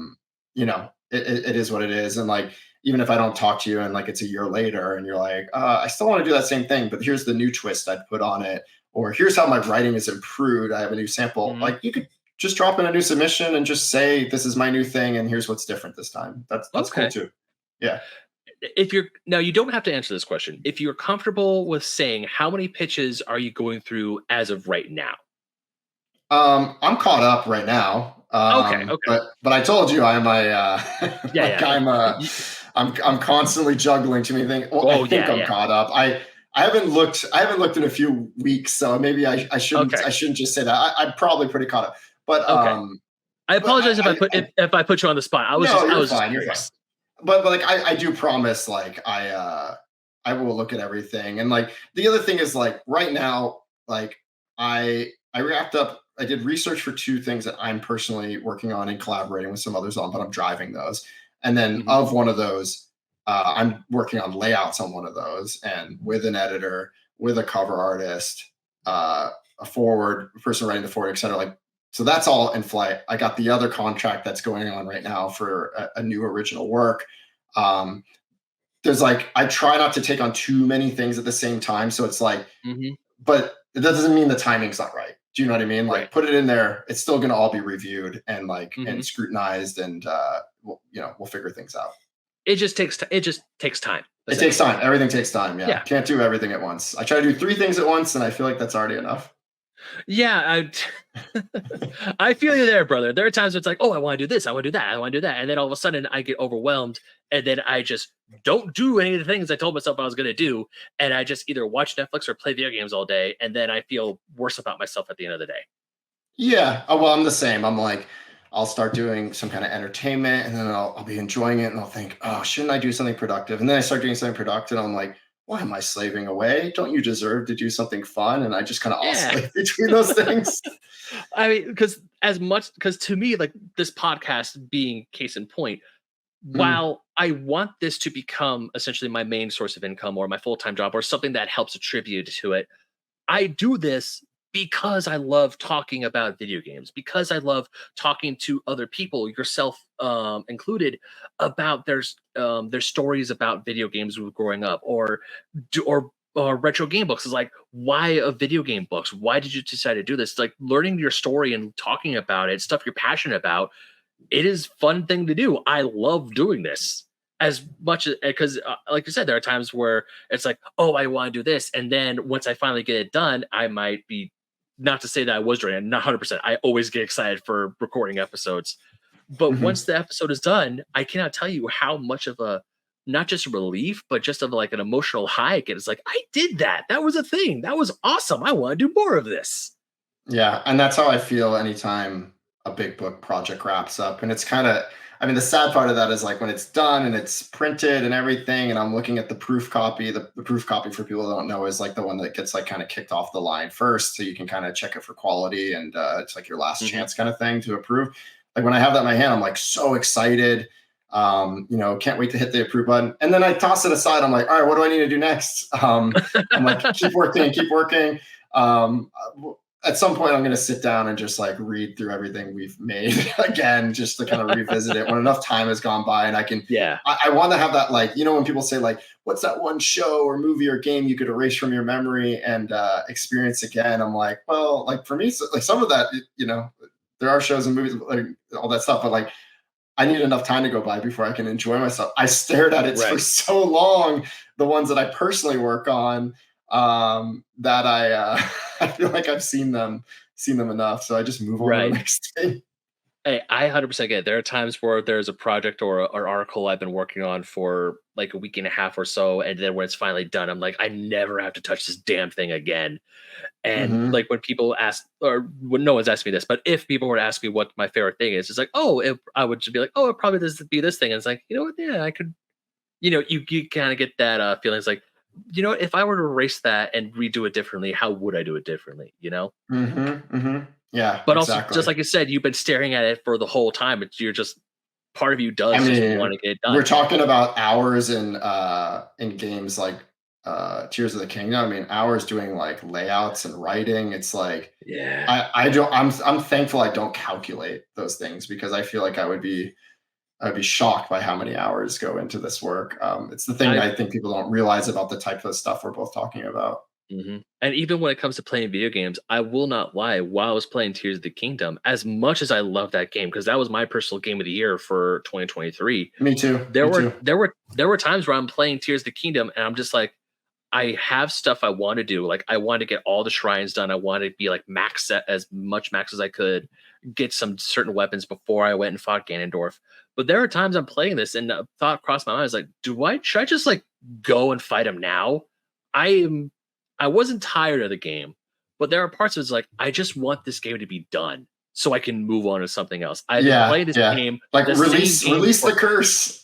yeah, like I've been playing this game for months, and and there's like Final Fantasy 16 has been out for months already. All these other games are coming out. Nintendo announced these games that are coming out, and I haven't beaten Tears yet because I told myself I'm Yeah. not buying more games until I beat Tears. And it's just like, just finish the damn game. But then when I do finish it, and when I did finish it, it wasn't just like I'm free. That was an experience. That Yeah, yeah, was an and it lasts with emotional you. experience. It hangs It with you. does. Yeah, and It I does. think something. It sounds like something similar between us is like being a completionist, like wanting to kind of like soak it all in, collect it all. Like I'll start a big RPG sometimes, and I'll tell myself, like, I'm coaching myself, like, you don't have to do all the side quests. You don't have to get every single treasure chest on every side. I'm like, but I'm going to. I'm Yeah. going to. Like, but what about that? But what about that? Right? Like, I need to know. I can't help Well, it. for me, it's not just I have to complete every side quest for the completion. For me, it's like I want to do side quests. Like case in point, Final Fantasy 16. I made Hmm. sure I did every single side quest that was open to me, not because I was trying to get some completion bonus, just because I want to be super over OP and just Hmm. wreck fools on my main run. Just because I Yeah, want to. yeah, and that's It's fair. like that. It's like that meme of the killer whale going to the seal on the beach, where it's like me completing all the side quests, the first dungeon boss. Just you walk in, it's like surprise, fool. Something like Yeah, I mean, that's part of the fun of an RPG, where you're like, you're kind of yeah, struggling at first, you're building up, and then you're kind of in a rhythm, and then you're like totally OP at the end, and then you just get to yeah, like wreck house. Like, there's something kind of yeah, satisfying about yeah. that. I'm And okay also, with that. yeah, and also I find it that the side quests or the side dungeons, they give the best weapons and armor that you I mean, Hmm. yes, there's good stuff you could buy in the shops. Of course, you're gonna have to go to the shops. But the best stuff, you have to go work for it. And then after you work for it, like you do a side boss, you do hard missions, you do all the other, you do the side stuff, then you go fight the final boss, and all of a sudden you can just wipe the floor with them, no problem. You're just Hmm. staying, Yeah, you're just lording over them, going, ha ha ha ha ha, kneel, essentially. yeah, and it feels good. That's It okay. does. It really does. You get the power fantasy a little bit, but it's all in fun and games. Now I know we're going a little bit for time, but I do have. Are you okay? Because I have one more question Yeah, I want to ask you. let's do All right, one more. cool. Let's do it. Yeah, All right, cool. Because there have been episodes where we do go a little over 2 hours, but I just want to make sure you're okay on time. Because, like you it's said, you have a okay. Yeah, 3-year-old. I do. Um, why a book about maps? Mm. I mean, What? okay, so it's so it's hard for me to put it into words. Okay. Let me start simply. I love maps. They don't even have to be Okay. video games.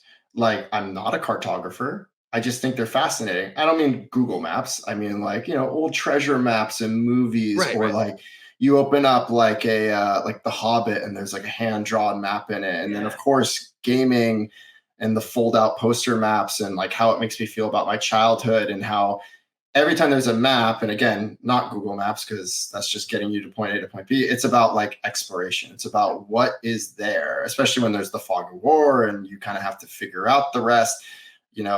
Like the original Legend of Zelda had that fold out map, and only like a third of the map was revealed to kind of give you a little taste Mhm. or a teaser, so you can get to like the first couple levels, and just wondering what the rest is there. Am I going to hand draw the rest? Am I going to just figure it out? To me, it's just like maps don't intersect with all games. There's certain games that obviously they don't make sense, puzzles, all those other genres. But like for the ones that they do, RPGs, action included, racing, whatever, like they're such an intricate part of it. And so to me, it's like it's that sense of navigation, sense of exploration, all the things they kind of like suggest. I think it's also just really cool to think like how they tie back to like tabletop RPGs and Dungeons and Dragons and stuff. The days when you had to you literally drew everything, and then it kind of started to bleed and morph into early gaming, where it was like, well, you could play the original Metroid, but without a map, but you might want to start taking some notes on some grid paper, if you want to get the most out of this experience. And like, I played a game about a year ago that's a modern NES game. You can literally play it on NES hardware, called Full Quiet. And that was the most recent time I got to hand draw a map again. And I literally had grid paper. I had to have like multiple grid paper, because with the map, you also don't know which direction am I going. Like, where do I Right. even Right. Right. start drawing the first square? And there's excitement even in that alone. And then kind of filling it out and being like, here's the power-ups. Oh, should I make this like a thing I can share later, and be like, here's where things are for people that want the spoilers or need help? It can almost be like a guide. And like, I did that. I stitched together in Photoshop later and like put it out there and tried to erase all my scribbles and everything. Um, there's just something about it that just like the nostalgic joy of old games, the map aspect, I feel like is just really, really valuable. And so, like with the NES and Famicom one, I have a bundle.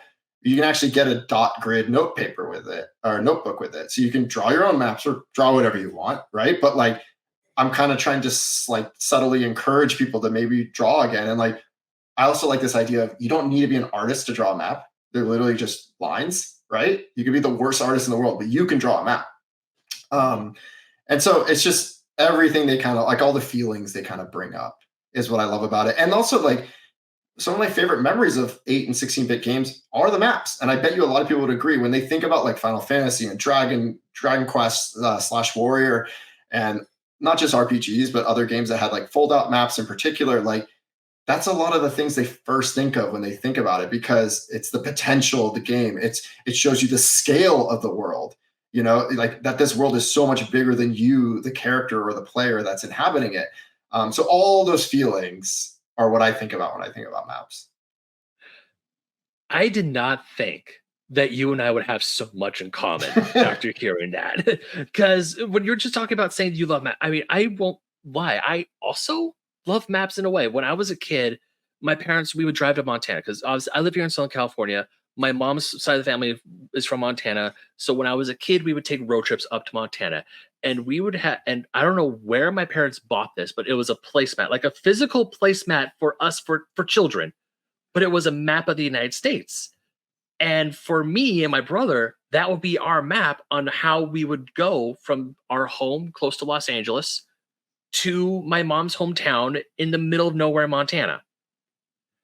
And it was just so fun to look at. And then we'd be like, oh, like going from here to here is super far away. Like going from California to, say, Detroit is super far, or like how like going from coast to coast and all these other places, and just staring at that for the longest time. Or even when I was a kid and my parents would take me to Disneyland, I would always, even though when I became a Disneyland pass holder, I'd always grab a map and put it in my back pocket.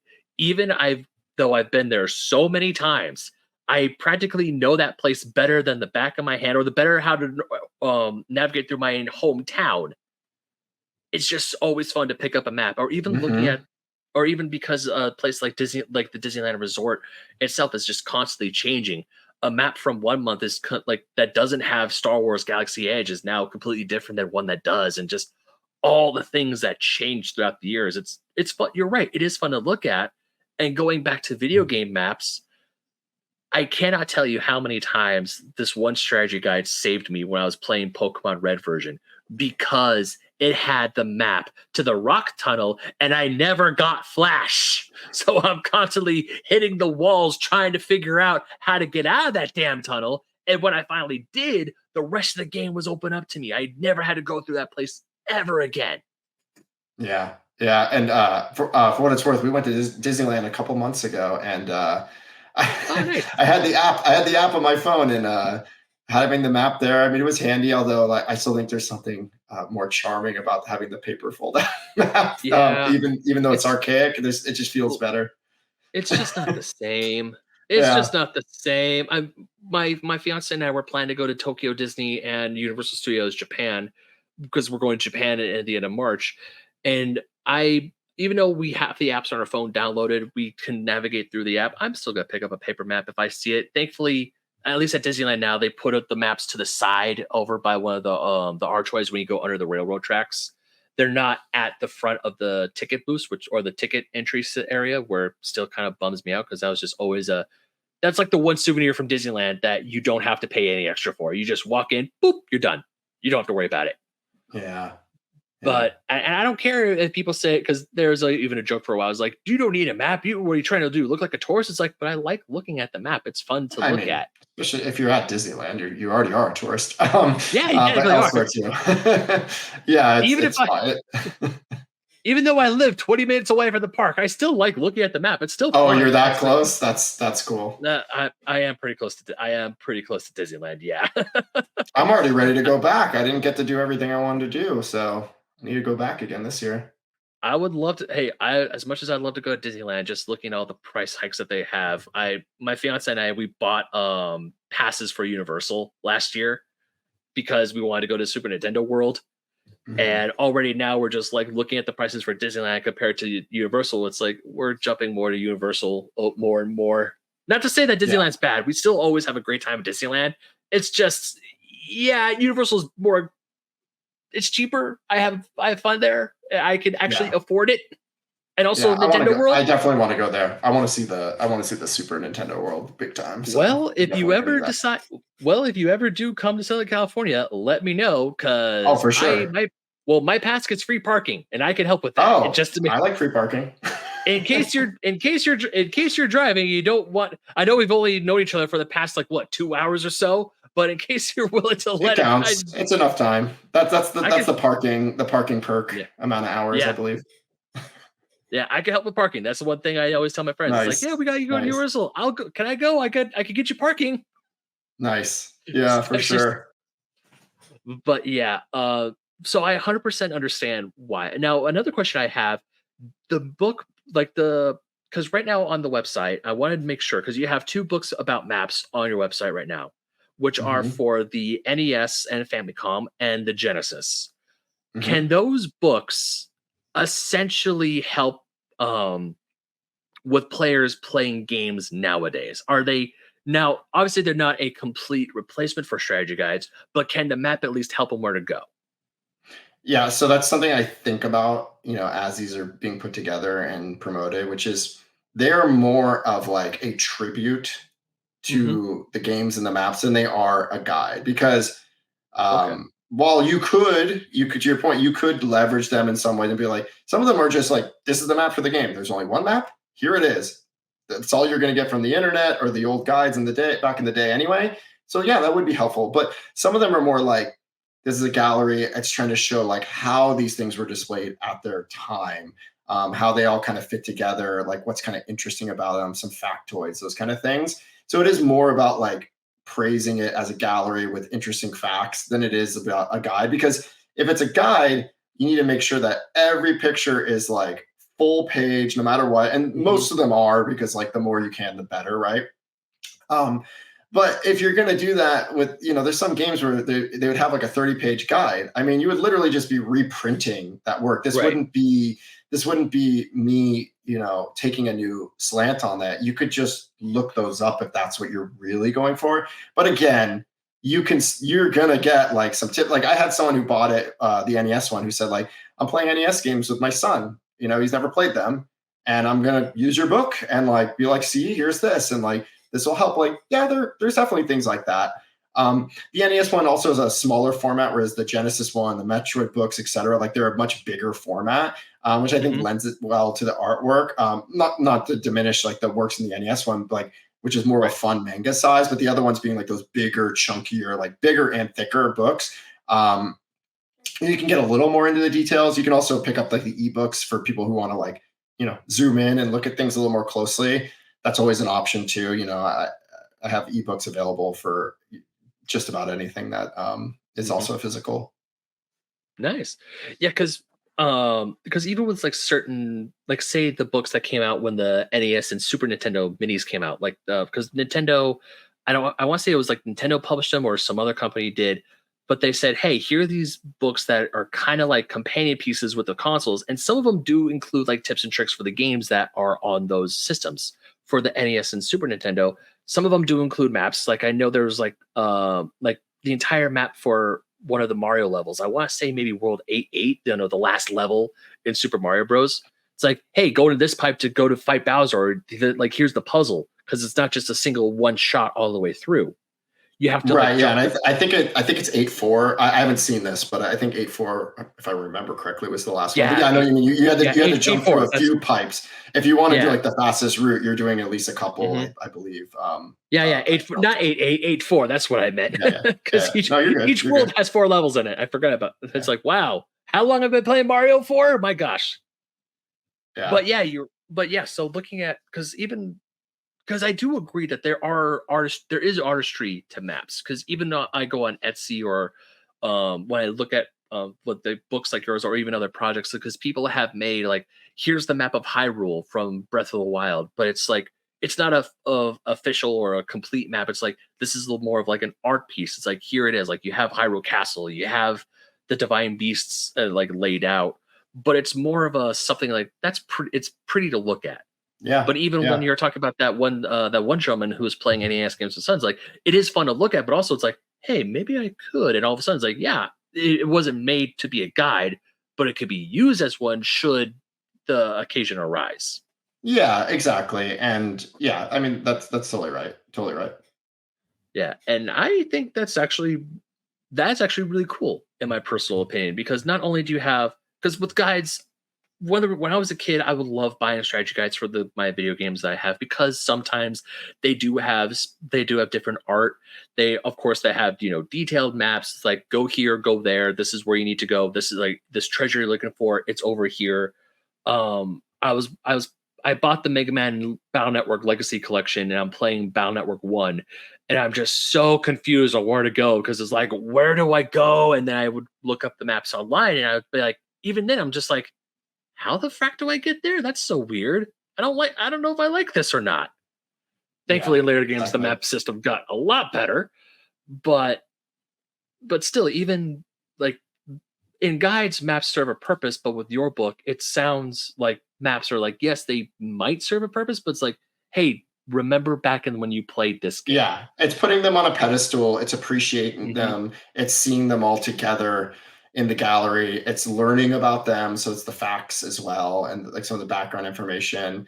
It's also I think I mentioned earlier, there's like modern artists, like Hmm. hand drawn maps. So like for example, someone made like a Shadowgate map for NES, and like it's really cool, and there's some cool hand drawn stuff in there. It looks amazing. It's also just kind of fun to see like, well, in Japan this is like how the hand drawn marker interpretation of this map was kind of published and put out there for people to consume, versus like the Americanized version, because like the westernized versions are often so different, and you can argue which one's better and why, and like just seeing those side by side I think like has historical relevance. Then also just like the difference between manual and a magazine, and or a drawing and a poster or whatever, right? Like they all had different interpretations. Um, I find all that fascinating, and just seeing it together again. It's me putting something I want on my shelf, and thankfully other people also want it on their shelf, and that's kind of how Hmm. that started. And also, what's really cool about it is that it's different. When people I feel like in today's day and age, when people talk about video game books, now that unfortunately strategy guides are all but extinct. I mean, I was at GameStop last night and that we saw a strategy guide for Tears of the Kingdom, which I was like, cool. These things are still getting printed, albeit few and far between, because Brave Games doesn't really exist anymore. Prima is kind Hmm. of it's Hmm. online only. Those old strategy guide makers don't really exist anymore, but if they do, they're very scaled back or online only, which makes sense because people go to the internet nowadays. But because your book is just so different, it's like you would never expect, or I would, at least I would, until I found out about retro game books, I would have never thought that there'd be books about video game maps, specifically multiple books, and soon to be even more coming out about from like obviously you have the NES, Famicom, and the and Sega Genesis Mega Drive. I could only, and like looking at the history of video games in its as a whole, it's like there's probably going to be so much more, at least either planned or coming out down the line. And I Yeah, know, yeah. and There's even though, two more in the works right now. So at least two more. all right, are you willing to say at least the names of one of them? Because I know it, but I'm not going to say it unless you say you're cool Yeah, with I it. mean, So, sure, why not? So the one that will come out next will be the Super NES, Super Famicom one. So that's what's next. I almost prioritized that before the Genesis one, but for some reason, like even though I feel like people might be more drawn to the Super Nintendo one, something I just wanted to change it up. I wanted to like focus on the Genesis and give it some love. But mhm. that's definitely coming. I mean, also to be fair, the Genesis did come out before the Super Nintendo, Oh, so then you also then got perfect, yeah, perfect. you also got that. You got that going for you as well, because the Genesis came out in '89. The Super Nintendo didn't come out in North America at least until '91. So there you go. Right, right, right, right. Yeah, and now and also when you were talking about like making maps when you were making a map, because it instantly took me back to while I didn't play it when it first came out, but when people would talk stories about say Samus Returns for the Game Boy, and all that, and people said, yeah, I had to make my own map, or because if I lost the map that came with the game itself, you're screwed. And now that the game is out on all these different systems, emulation, the NSO, it doesn't come with a map. So it's either you make your own or you go online and look for one. Right, right. And that's like I mentioned Full Quiet, that NES game. That was something that I really enjoyed about it was, at least at the time, maybe it's changed now that it's been about a year, there was no map online. So like I couldn't even tempt myself to cheat, or if you want to call Yeah. it cheating. Like there was no Wow. option. And so it felt like I was in the early 90s again. And you're like, you'd have to ask people in the schoolyard, although there was no one playing it on the schoolyard and I'm not in school. So it was more like, I ended up joining like a Discord, and there was a handful of people in there just kind of talking about it, and they're purposely like hiding their spoilers. And if someone needed a tip, like I remember I asked for a couple of tips, and I shared some tips back, and then I shared my map at the end and said, if anyone really wants to dive in, you can look into this. And like it just felt like the old days, which was kind of Hmm. fun. It was really fun. But yeah, otherwise, I mean, pretty much everything's out there. It's Yeah. uncanny how a game can be out for a day and someone could already have a complete walkthrough out in the Yeah. wild, which I know is because people have advanced copies and whatever deadlines that they're working against. So that's part of the reason. But I am very impressed that people are able to get those things done. So Yeah. everything's a click away unless it's something new Hmm. and a little more obscure. That's the only chance of that happening these days. Oh yeah. I mean, I also when I was a kid, I mean, there would be some strategy, mostly for the Mega Man Battle Network games. I would ask my parents for strategy guides, and they hated every time I wanted a new one because they were just hard to find. Like they didn't Mm, really go on to Amazon. They like Amazon, while it was a thing, they didn't really trust buying stuff online yet. It wasn't much in my household, at least. Buying stuff online or through eBay wasn't a it was a very last resort most practice. We would just either go to Borders, other video game stores, just try to look to see if they had it, or call stores and see if they had it in advance. And if we happen to find ourselves out that way, we would go through it. But definitely going to other kids and asking them, how do you get past this certain part? Because I remember when my brother and I bought Kingdom Hearts, or when we got the game Kingdom Hearts, we were stuck on Destiny Islands for the longest time because we didn't know how you had to hit the trees to get the damn coconuts. And we didn't know what it's like. A coconut would fall and it wouldn't let us pick it up. It's like, why can't I pick up this damn coconut? Let me play the game.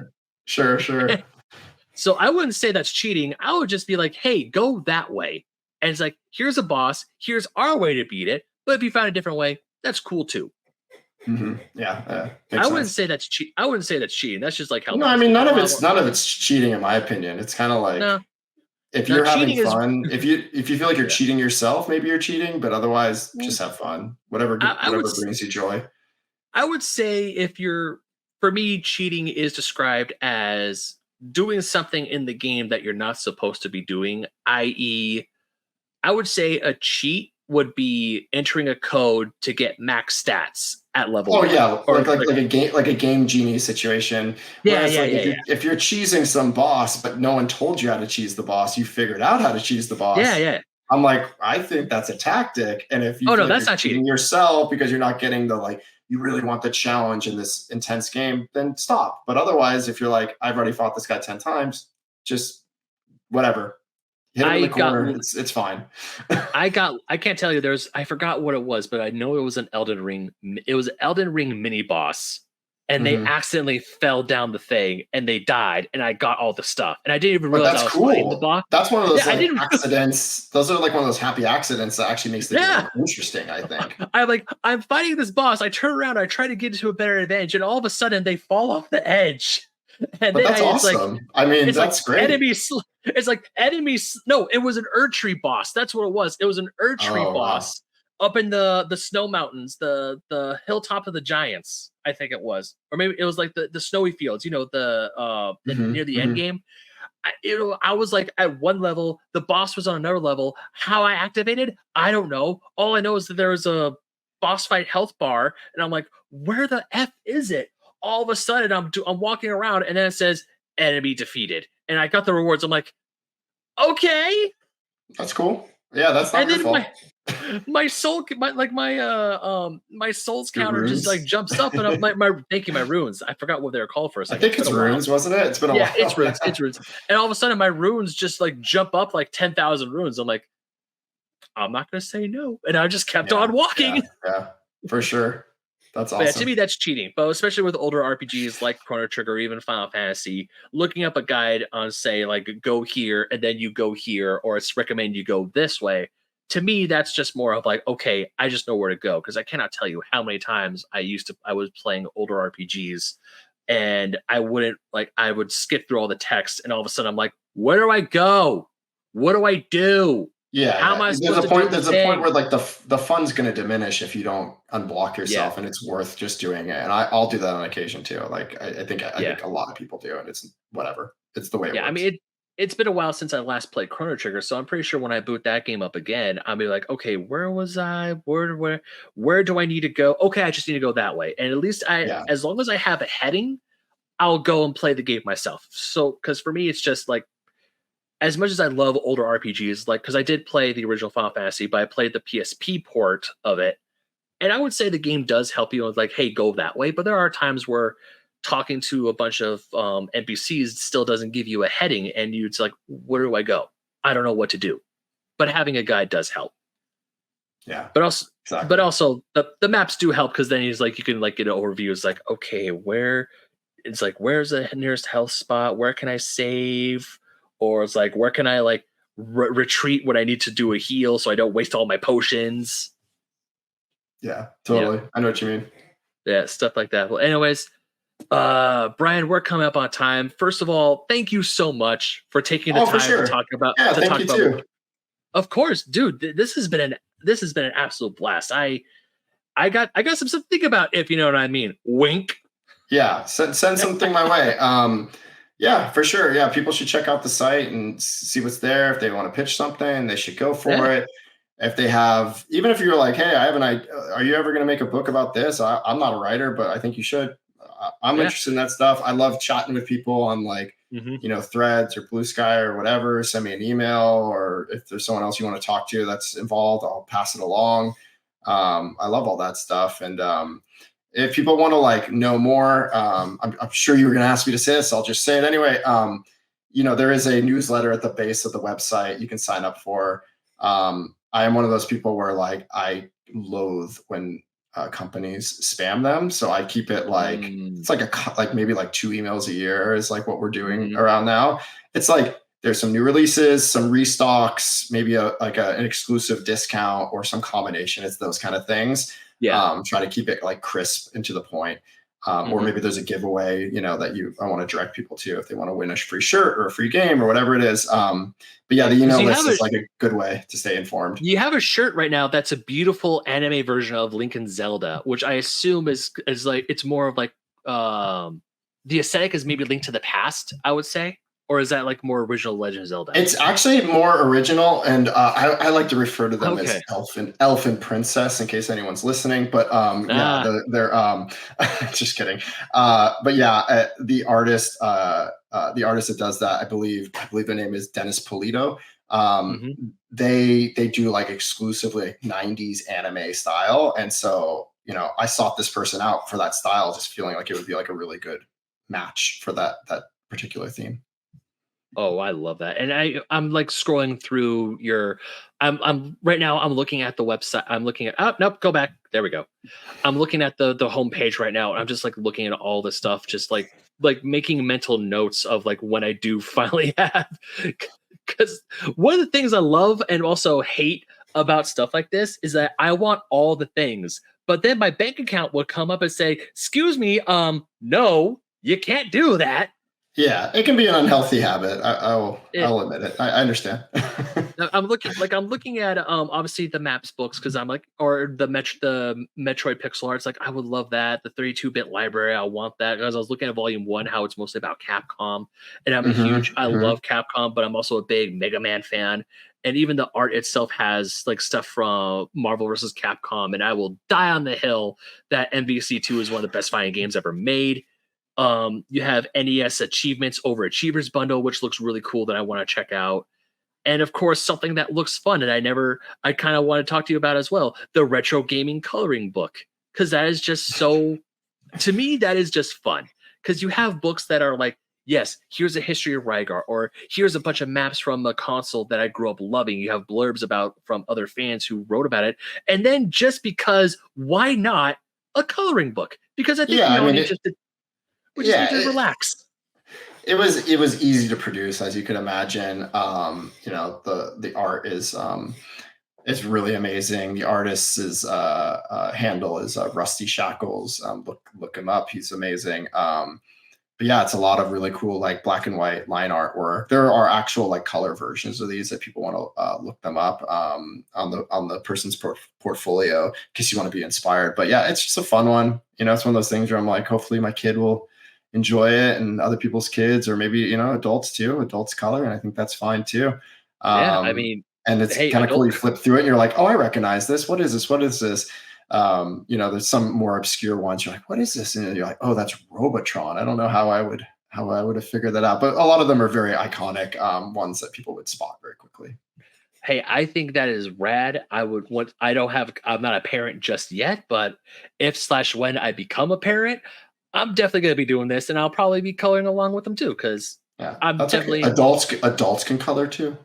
yeah, it's not something that's limited to kids. Even though I wasn't a big fan of coloring as a kid, now as an adult, it's like, I think I think my nephew was when him and his mom were living with me years ago. He had like a Superman coloring book, and I just decided I was like, hey, do you mind if I do a thing? And he was doing one thing, I was doing one thing. While we were just hanging out together, and I was coloring a Superman versus Lex Luthor thing, and it was oddly enough the one of the most therapeutic things I've did for myself in a long time. So you know Yeah, what? Yes, yeah. adults coloring, it's a good thing. And also, it's not hurting anyone. Let us enjoy things. But Brian, obviously the website is retrogamebooks.com, but where can people find you on the internet elsewhere? I mean, I've been most active on Threads lately. I I don't know why. noticed. I just kind of pick a place. It's Uh-huh. exhausting to go between these things. I mean, anytime there's a new release or a restock or something, I'll make sure basically most places will know about it. But if you want to interact with me a little more directly, that or email or whatever. But you can find retro game books pretty much everywhere except for Facebook. You'll find us.